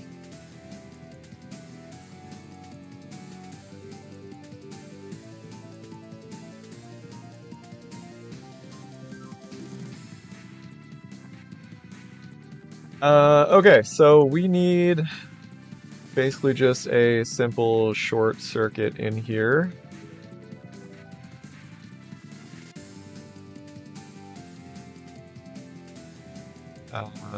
Dot. Uh, what is it? What was that flag we were using?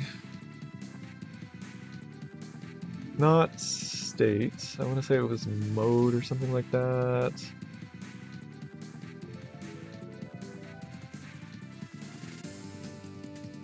Why am I digging through here when I can just actually look? If we back it up enough.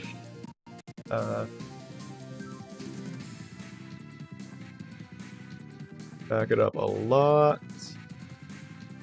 Oh, here we go. Menu dot type, and this is the spell and item menu.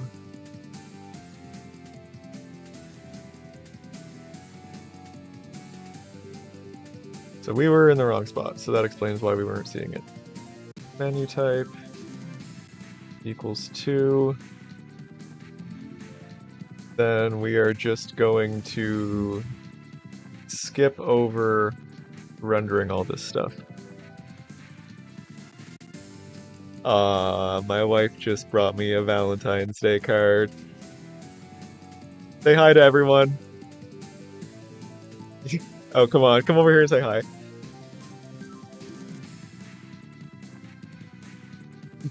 Say hi. Hi. Everyone say hi to Liv.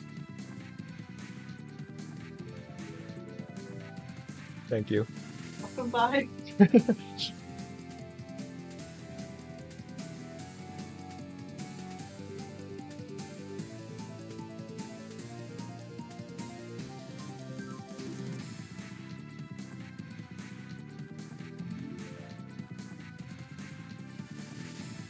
Everyone says hi, Mrs. Monoxide.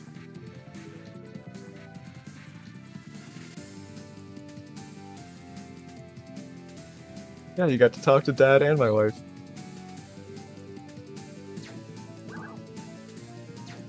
Okay, that's strange.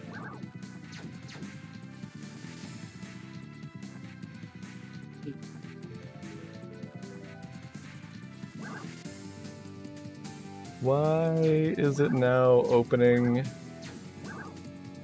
the item menu?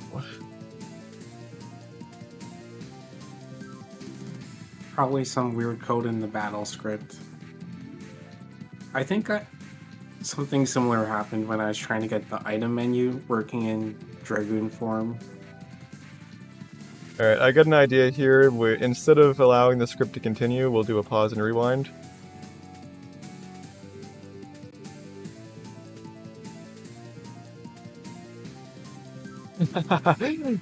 No, my wife this time. Okay, there we go, that worked. Alright. So now, very curious as to what it's going to do if we try and use one of these. Okay, it's going to do nothing. But this is more progress, and actually pressing back is even working already. So we don't even need to worry about that.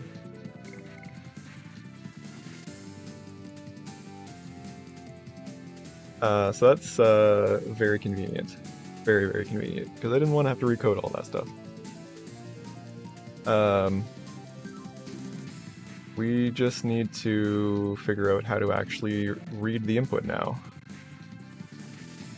And I do hope that that is not done in a script, because that would be super annoying.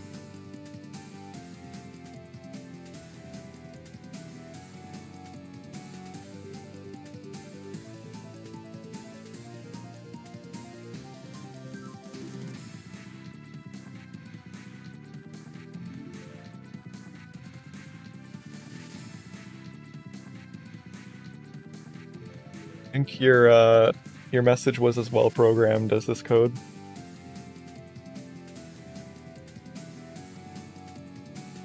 Yeah, I'm probably going to end up rewriting the full battle menu code, just so that it's not like done in the scripts at all.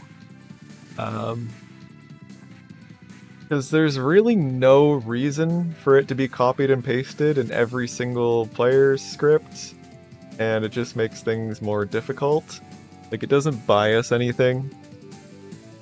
It would be a lot easier for us to make the changes we need. Oh yes, thank you, Drew. If you are enjoying what you're seeing here, please do like this video, subscribe to the channel if you want to see more. I do these streams just about every Wednesday. We also upload videos of new Severed Chains features.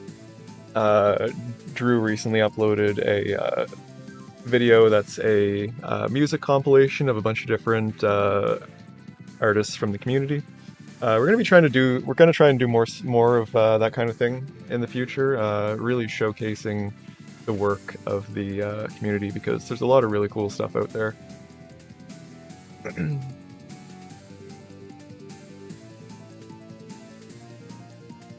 And if you are interested in supporting me directly and the Severed Chains project, there is a link to my Ko-fi account on the screen. Every contribution helps out a whole lot. Pursuit preferable to fursuit.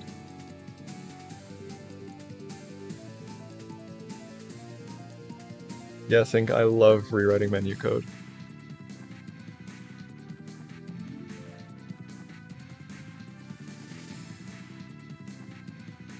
Okay, I think that this is what is handling the input for, yeah, handle spell and item menu. That checks out.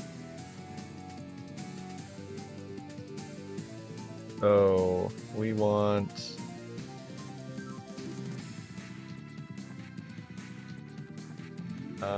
L2, okay, that must be for jumping? Out of the battle mod the other day, an option in Dragoon mode to force transform back into human before the SP is out. Yes, that's a very, very commonly requested feature, and it is something that we will be adding as an optional feature. For sure. It's already in Dragoon modifier. Yeah, that too. If you use Dramod, LRC, I think you're using the dev builds, so Dramod's not compatible with the RV3 dev build yet. It will be, but for everyone who's playing on 2.1, you can use Dramod, and there's a hotkey for doing that.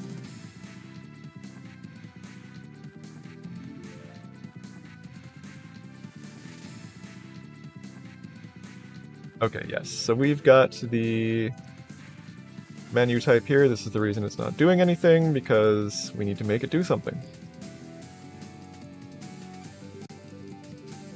I know that seems like a no-brainer, but you'd be surprised.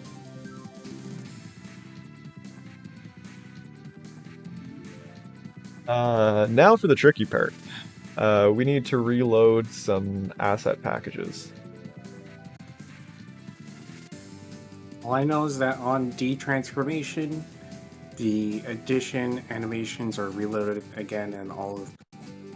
We need to also swap in the new addition stats too, so... Right. That is very important. Okay, load attack animations. This might actually be pretty... When things are named? Yeah. Exactly.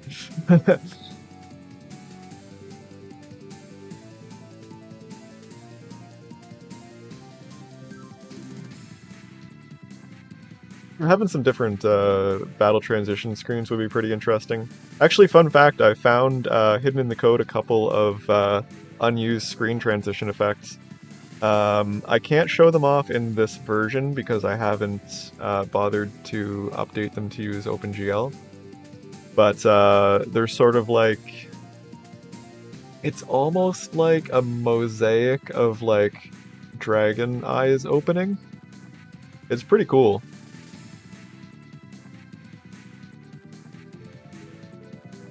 Oh yes, here is one of the many, many retail fixes. When you have Shanna or Miranda in your party, they actually load an edition package, even though they don't have edition packages, and it ends up loading files that are just completely like nonsense, and it doesn't crash on the PS1 just because they don't actually do any error checking. But yeah, it loads a bunch of garbage data that's just all super broken.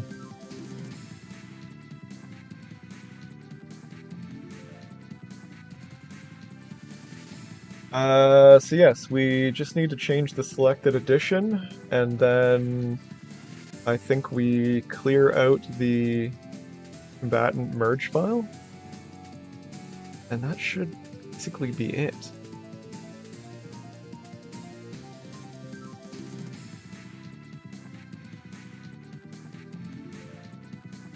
So we need the combatant index.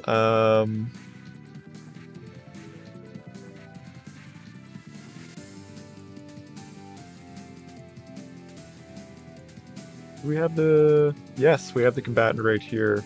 Perfect. The merge equals null. We're just gonna yeet that.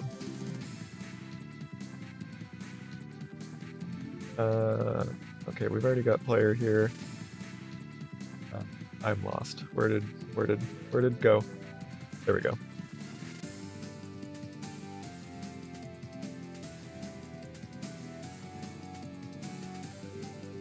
We update the selected edition ID.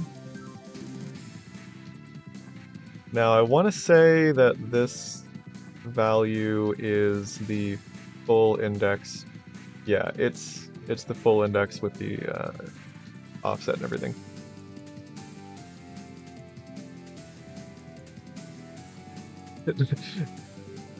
Don't you worry, Zycronix is going to Final Fantasy Eyes everything humanly possible.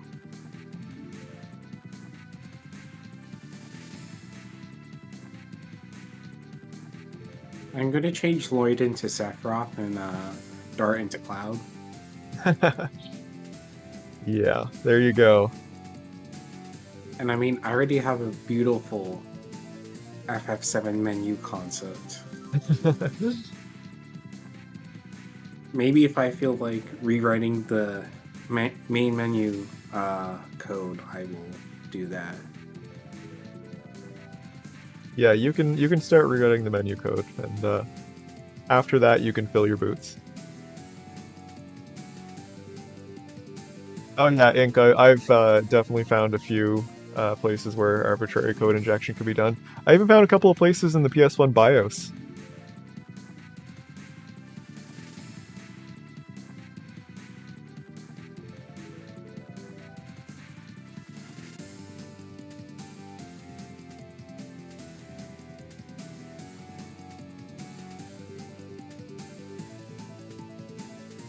Okay, so now we just need to call load attack animations, probably.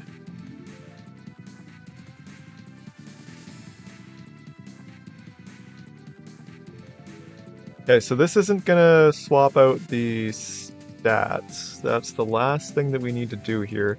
That's an active stats, isn't it, Zycronix? Yeah, I believe so.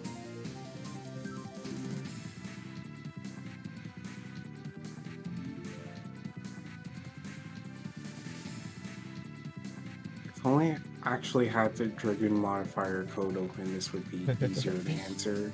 That's fine. We can do this pretty Oh wait, easily. right, we can just look for the event too. Yeah, exactly. Yeah, so I think we'll probably just call load character stats again. And that should automatically reload it. Is there an addition stat event somewhere, or That is part of the active stats, I think.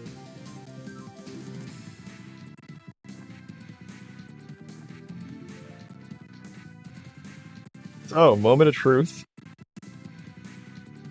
Okay. Let's do a quick vote here. Who thinks that it's gonna work? Who's a believer and who's a doubter?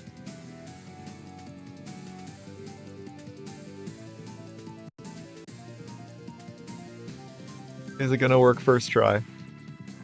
What do you think, Psychronics? I think it's gonna work first try. You're a believer. I'll take it. Fold up kibbles. Ink. Chocolate.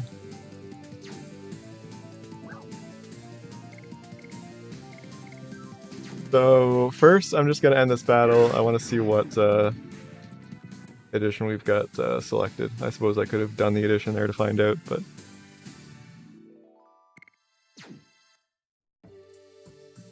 we'll have to make it show what you have selected already. Again, this build is a work in progress, hence the menu is not rendering very well. Okay, so we've got Bone Crush on. We are going to start another fight.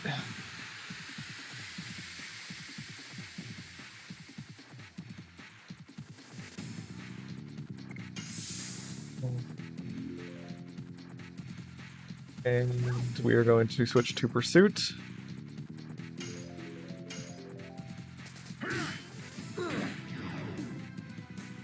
It wasn't Pursuit. I fucked up the addition, but... Okay, so we didn't crash. I don't know what is happening, but it's not a What's crash. happening is you didn't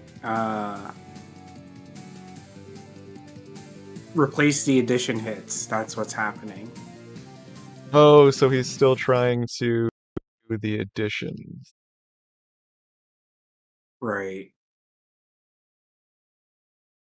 That needs to be reloaded somehow.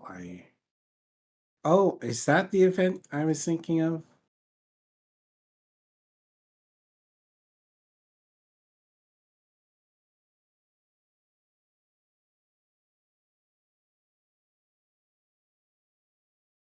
Or did we change it? I forget. It's the addition hits 80. Yeah, Yeah. that's what I'm looking at here now. All right, so we need to see how these get loaded.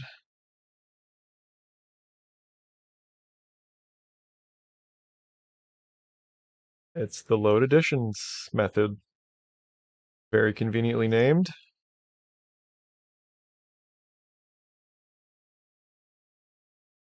Let's jack in a call to that too.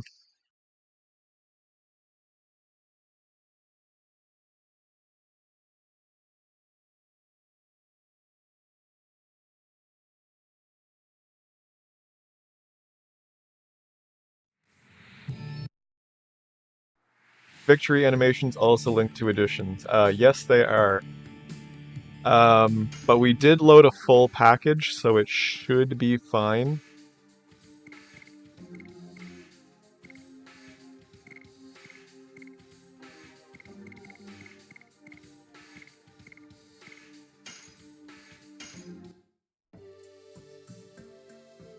You know what? I am not very familiar with Kongol's additions. I'm gonna put Dart in for now.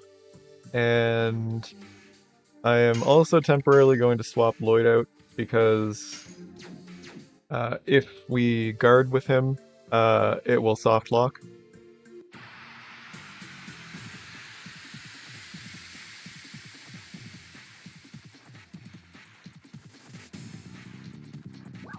Okay, so let's switch to Crush Dance.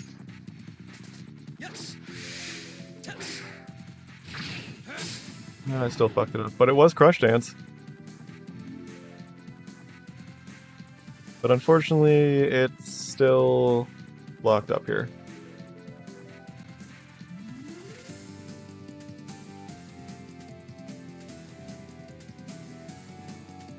let's see where we are in the battle tick. Uh, so one of these is not passing. Okay, we have battle entities. Is combat disabled? Combat is not disabled. Okay, let's run back to this line here, see what's going on.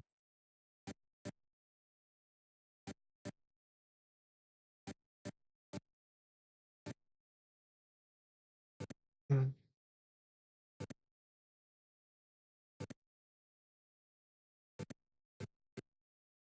Okay, so Dart has a certain flag set, which is causing battle to not continue. Does it still think you're in a menu because we hacked that in? It's flag 8, which is... Okay, so Dart's turn is an ending.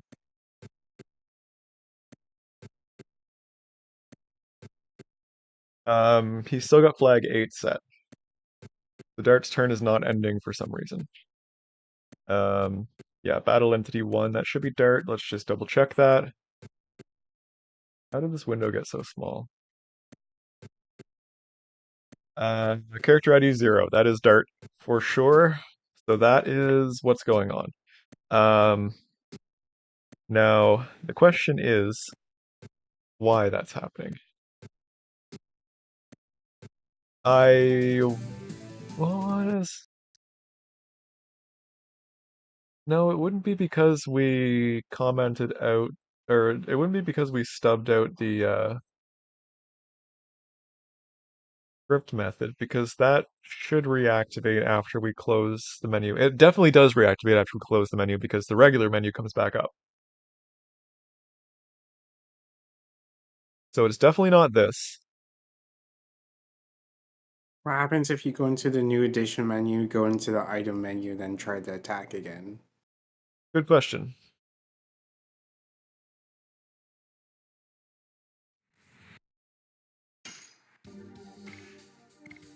Alright, I'm just gonna load a different save this time. We are on Volcano here.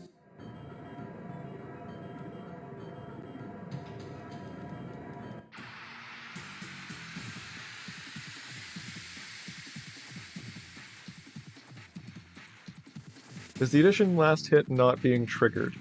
Good question. Hard mode failed addition equals time space continuum falling apart. Don't give Zychronics any more ideas. We still need to do the 1 billion HP Melbu or whatever, the quadrillion, however high numbers go. Yes, we do. And also we need to limit this to only unlocked editions. Okay, so we did the menu thing. Let's see if this works.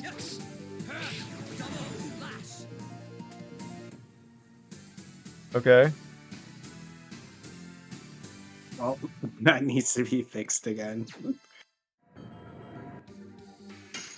Yeah, see? Got updated.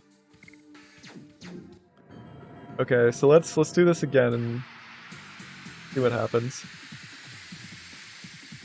The smooth brain is at work over here. Can't remember, does LOD have a cursor default / memory option? I'm not entirely sure what you mean by that. Okay, so if we... Okay, so see how that 10 is still there on the right side? Right here?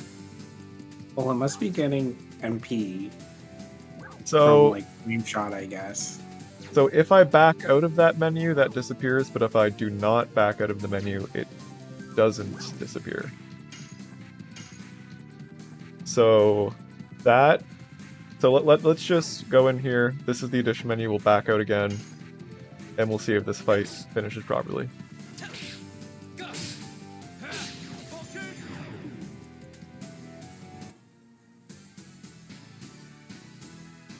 Yeah, okay. So there's something going on where that's not unloading correctly. Start our stream music back up. We're going back to the code. So let's see what this is doing differently. Could there be something about it loading an incorrect ending packet if the edition isn't completing, as it isn't swapping the full edition across?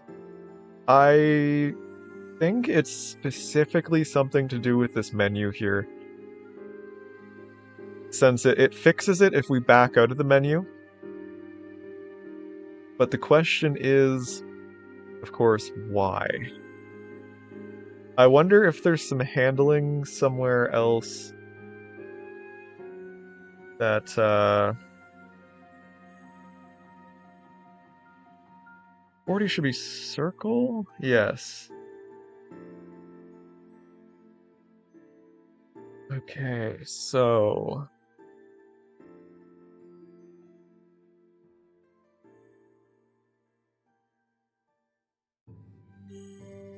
I wonder what would happen if we just copied this code here and then return.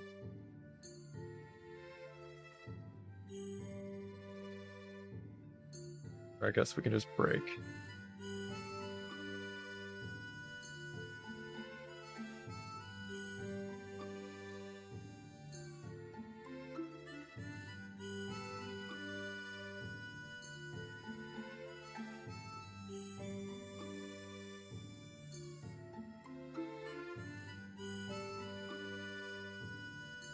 Ink just gave me an idea. Oh, I wonder if the beta spell, no, not the spell, the beta items work in Severed Chains. Because they'll still use circle, even on the North American copy. interesting. I imagine that's just... Well, I know for a fact that those are scripted. Like, the item mashing is actually done in script, so it should work fine. Okay, so we've got Burning Rush enabled. Let's switch to double slash. Okay, so that removed the MP. Oh, and it actually took us right out of that menu too.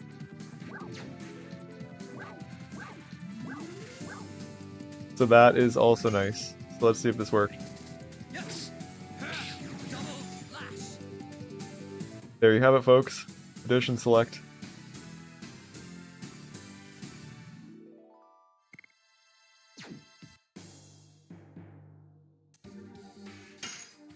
Yeah, we've got double slash now, so let's pop back into battle.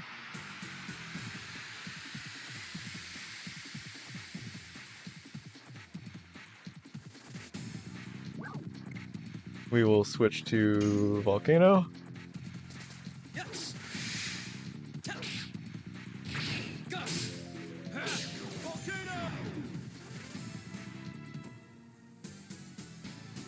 Hey Drew, we'll see you around.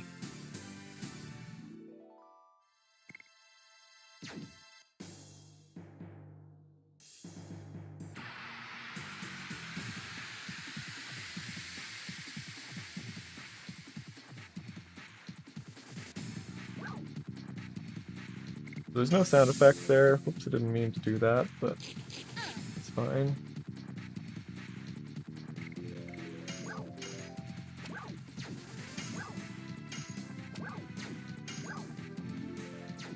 So we want that sound to play.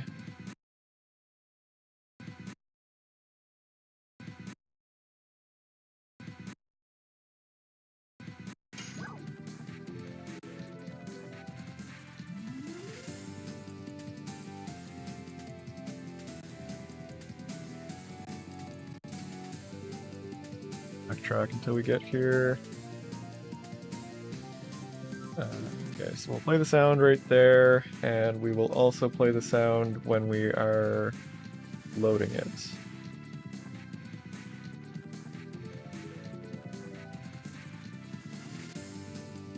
Um,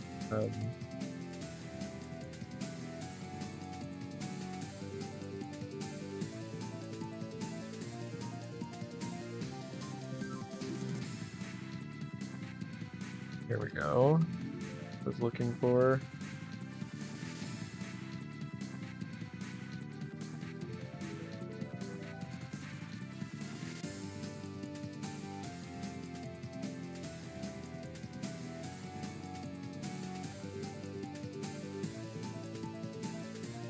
Would have been a great feature in the hypothetical PS2 port. Well, it's a great feature in the not so hypothetical PC port too.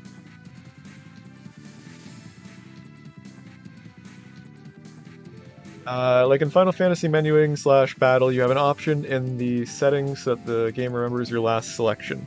Default puts the cursor back to attack each turn, memory remembers your last. LOD does not have that, but that would be a pretty good usability thing.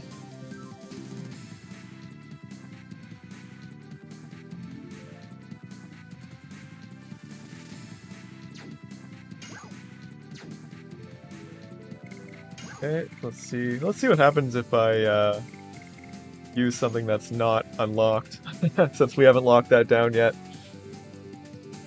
It should work just fine. Yeah.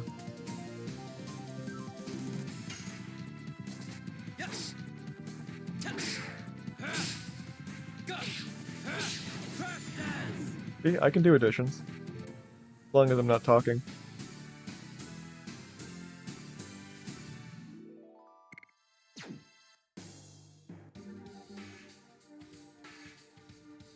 Yeah, the menu rendering is not finished yet. I still need to finish updating it for OpenGL. The first menu that you open is what the background gets snapped to, and it won't update the next time you open a menu. Alright, so that just works. That just straight up works. This would have been great for the Japan demo playthrough. Would it? Switch to your damage-based edition, and oh, I want to go Dragoon for a minute. Let me switch to Oh, my FP-based edition. right. That makes sense. Okay, so we need to lock it down so that you can't use any addition. As nice as that would be, it is a little cheap.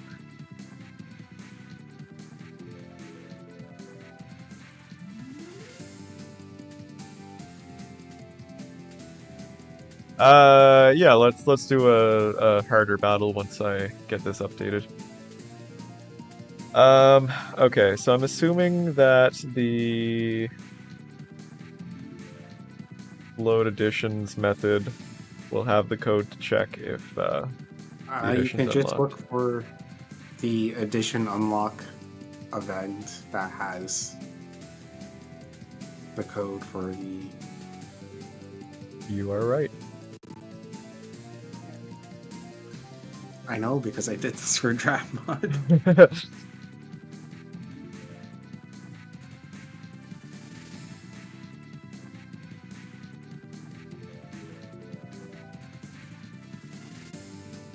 Okay, so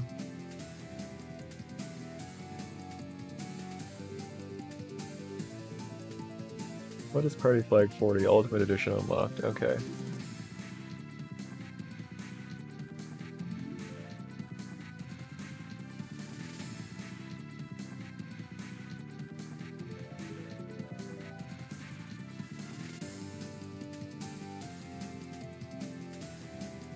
I think we just copy this stuff.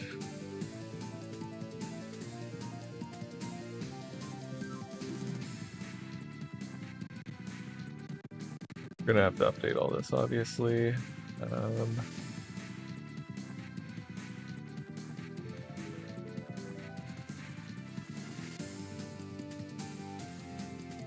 Edition offsets. Edition plot.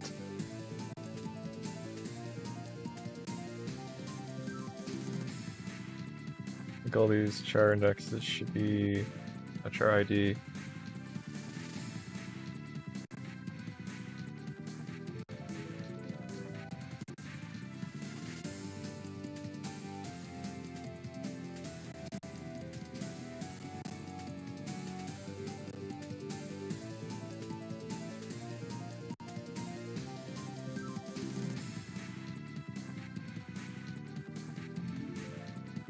I think that was in, yeah, okay, right here.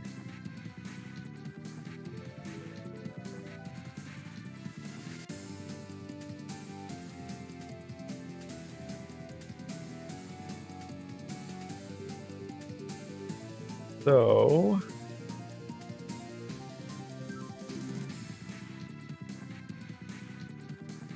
I don't think we need that. Don't know what T5 is. Gonna delete that and hope for the best.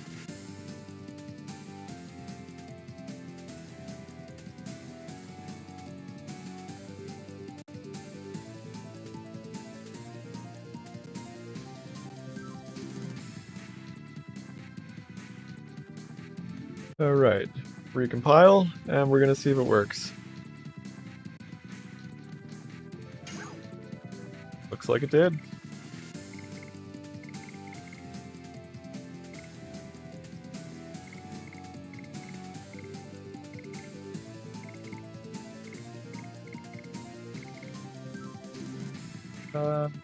Yeah, let's select Volcano again.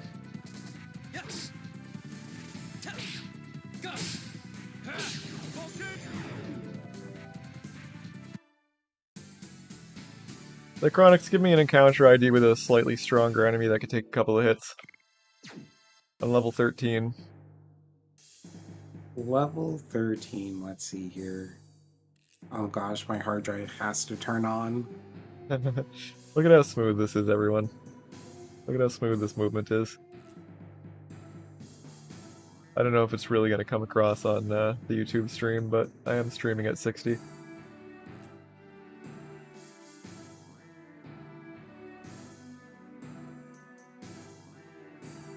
How about we try 390? 390. 389. Too late.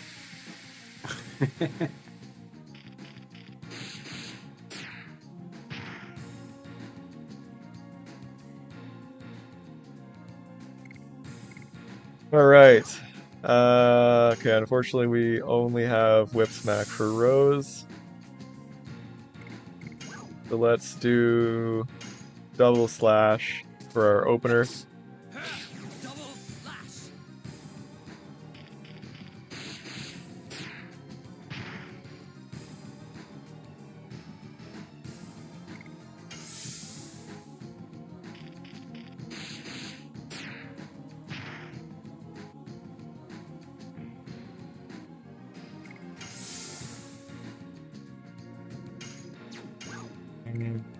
Switch to Volcano.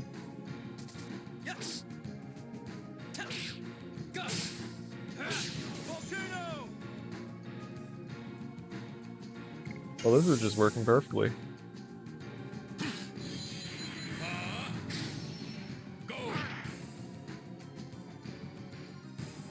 Again, these are testing builds, still a work in progress. What you're seeing with the battle jank is all known issues. We're in the process of upgrading the graphics.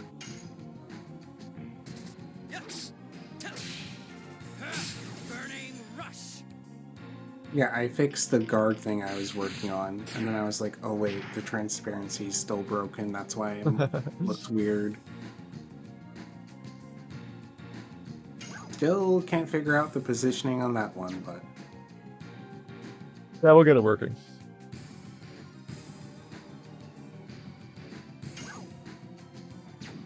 I suppose we should test it out with another character too. Maybe a character with their Master Edition unlocked, just to make sure that also works. Good plan.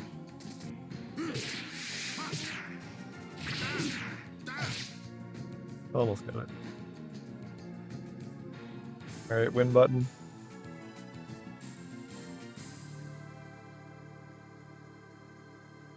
Hopefully this doesn't put us into a cutscene. It put us into a cutscene. And that's why I was like 389. Congrats, That- we beat the first disc. I'm gonna close this and reload. Let's was use a like, late wait. game save.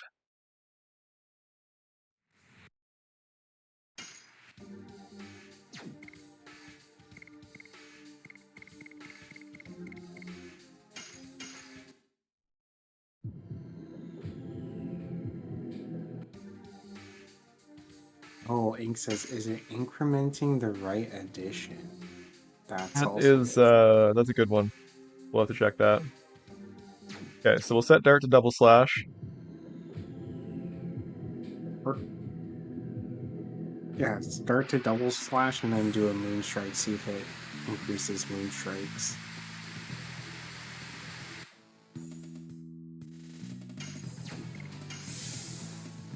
Oh wait, wouldn't this one warp you back to? It might. You know what? I should have said the broken barrage. I think that works. That's fine. Not a big deal. We gotta switch to a different save anyway. After this. We gotta see the glitched Mirage's legs, because that's all the camera shows, basically. Leningrad, yeah, I imagine that would be possible. The element gets set on the battle object, so I mean, you know, like I said, we've got the source code here, so we can really do whatever. All right, Blazing Dynamo. I'm definitely gonna fail this.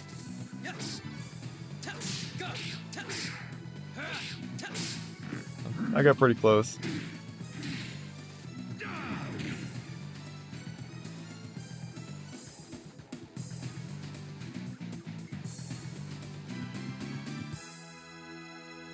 That would be pretty interesting for like a hybrid element character, for sure. Oh, we didn't get warped here. All right, so we can just click back to menu.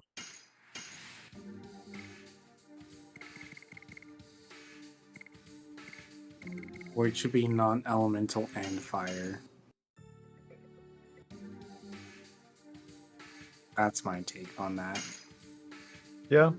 All right, so we've got Volcano selected. We're gonna switch to double slash and make sure it updates the right experience. So we have 7 right now for double slash.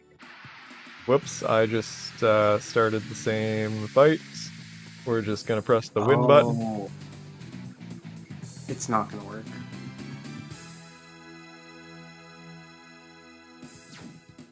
There's an addition tally in battle, if I'm remembering correctly.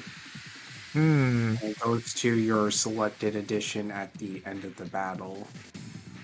That could be an issue.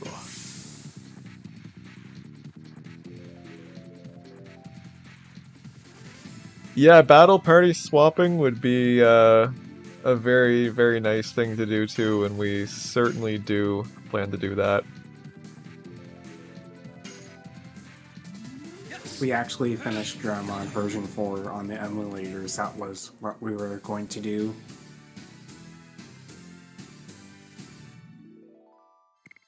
Right, we are gonna have to refactor that code a little bit then. Okay, so it did give the experience to double slash.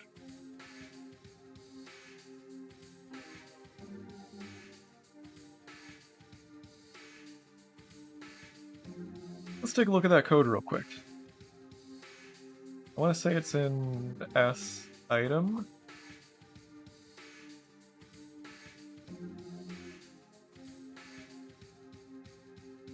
XP, XP, XP, XP. Wait, did we actually test 2 editions in one battle? I tested swapping to an edition, and the one I swapped to got the experience. And we double check that first before you dig into the code. I just want to find it real quick and take a quick look. Total XP from combat.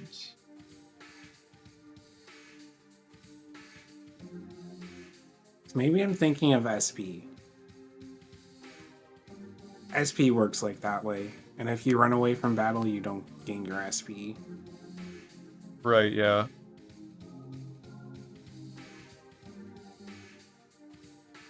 I don't think there's anything in here for...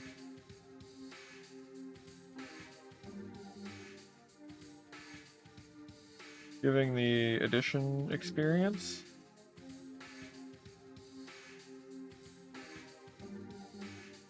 Dragoon level ups. Spell unlock, spell unlock. We might be good. We might be good.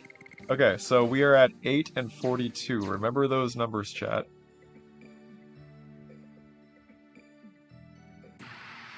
We're just gonna beef up this mouse a little bit so we can do a few attacks on it.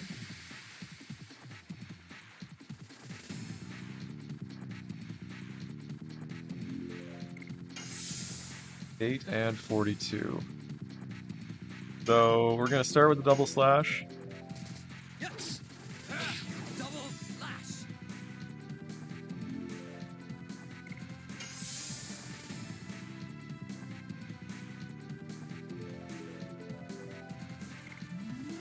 We also need to test what happens if we try it with Shauna.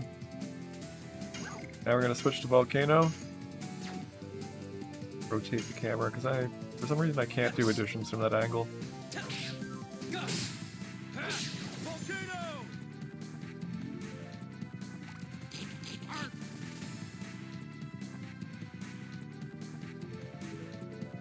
And now we will set its HP to 1 and split.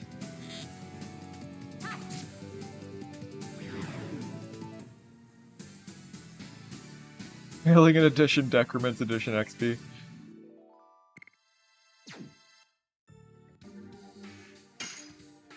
Yeah, no, it worked. No issues whatsoever.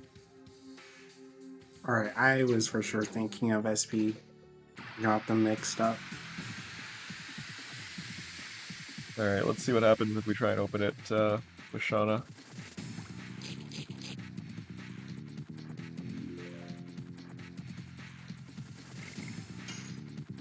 Yeah, crash as expected.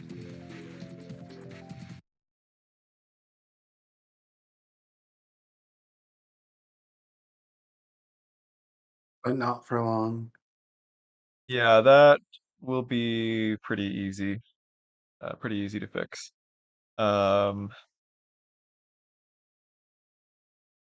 So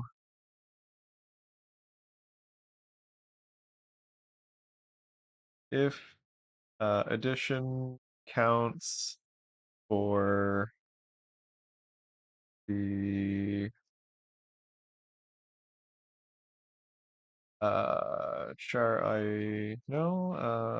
inner structure char ID is not 0. We do this, otherwise we play the nope sound.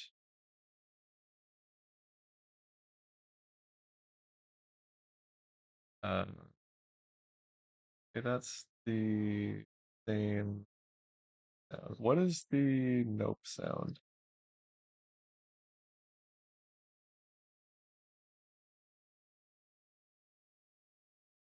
Okay, I went back to the video speaking of Shanna's editions. Yeah. It's 6, not 5. What? Sorry, what's 6? She has 6 voice lines for. Oh. Yeah. It's not 5. Well, there you go. She has 6 voice lines.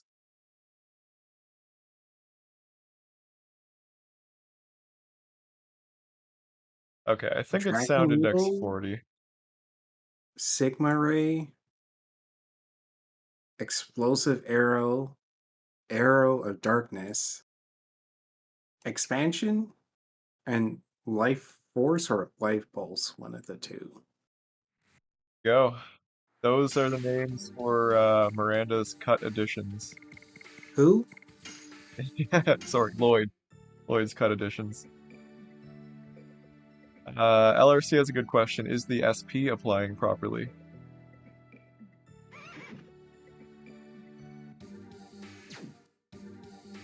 They set it to 0 and use a big addition. Can't see those numbers yet.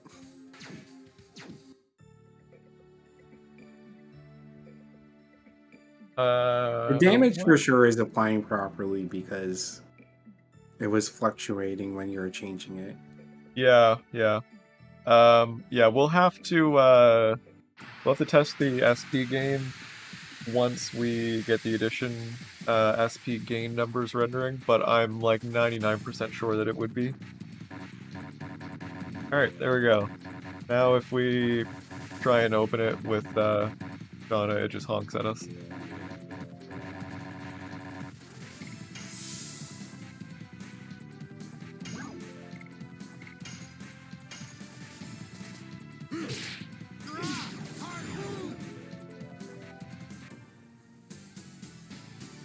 Yeah, that's working great.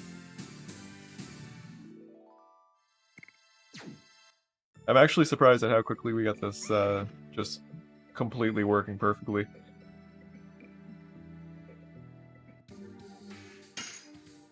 And drama, you have to press a button and then the menu changes to all Dragoon icons, and then you have to count which one is the correct edition. Yeah, now you don't need to worry about that.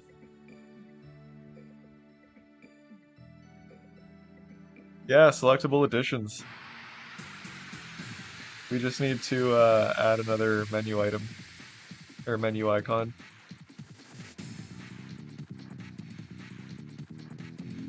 I'm thinking two different options here, Zychronics. We can probably have a configuration option for this.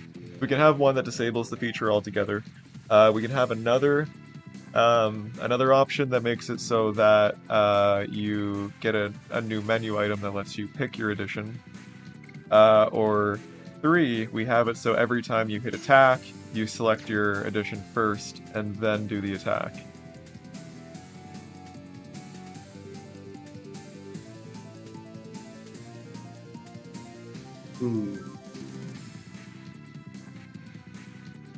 We could do an option so that the user can choose which one they want to do. I think that would probably be the best case.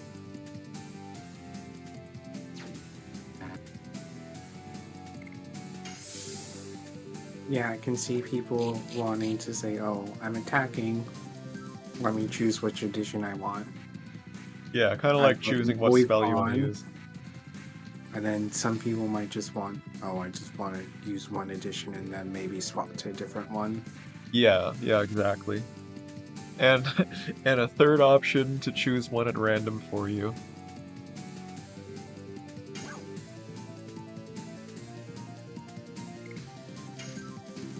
And the base game for sure, no use once you have your master edition unlocked. Yeah, definitely. At that point, it doesn't really make sense to have to select it every time.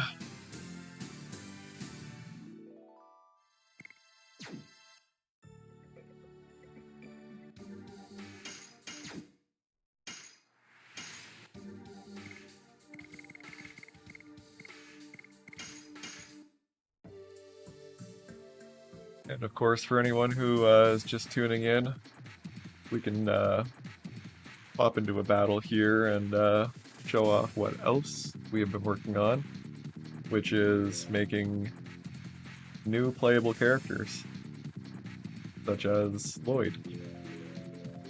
By far the most requested feature out of like anything.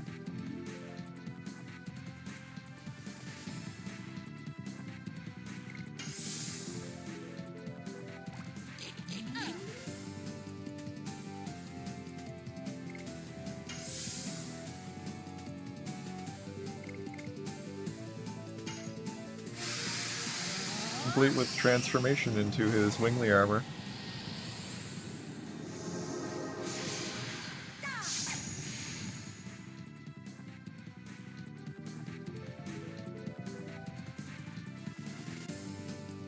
I have it set right now to just press triangle to open the menu.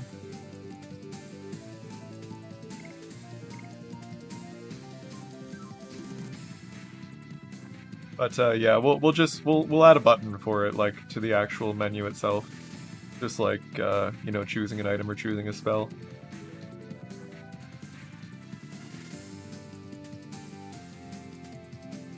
Yeah, complete with transformation.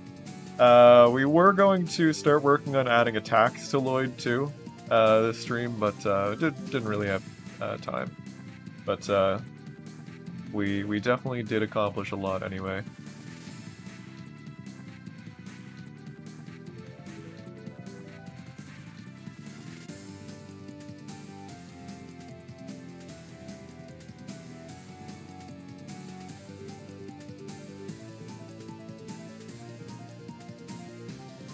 No, the transformation, when set to short mode, it works fine there too.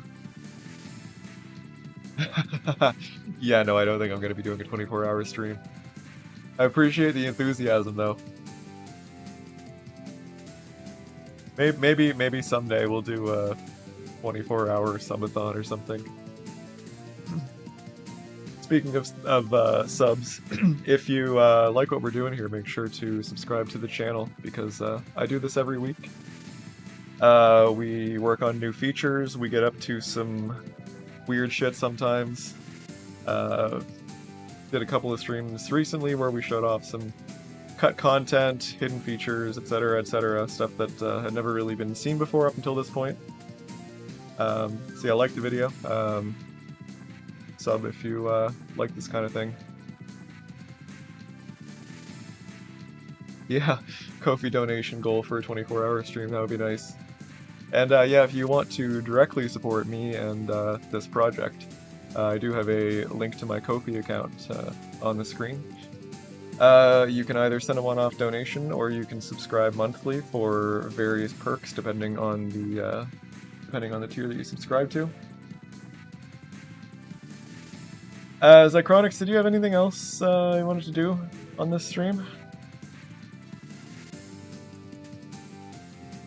No.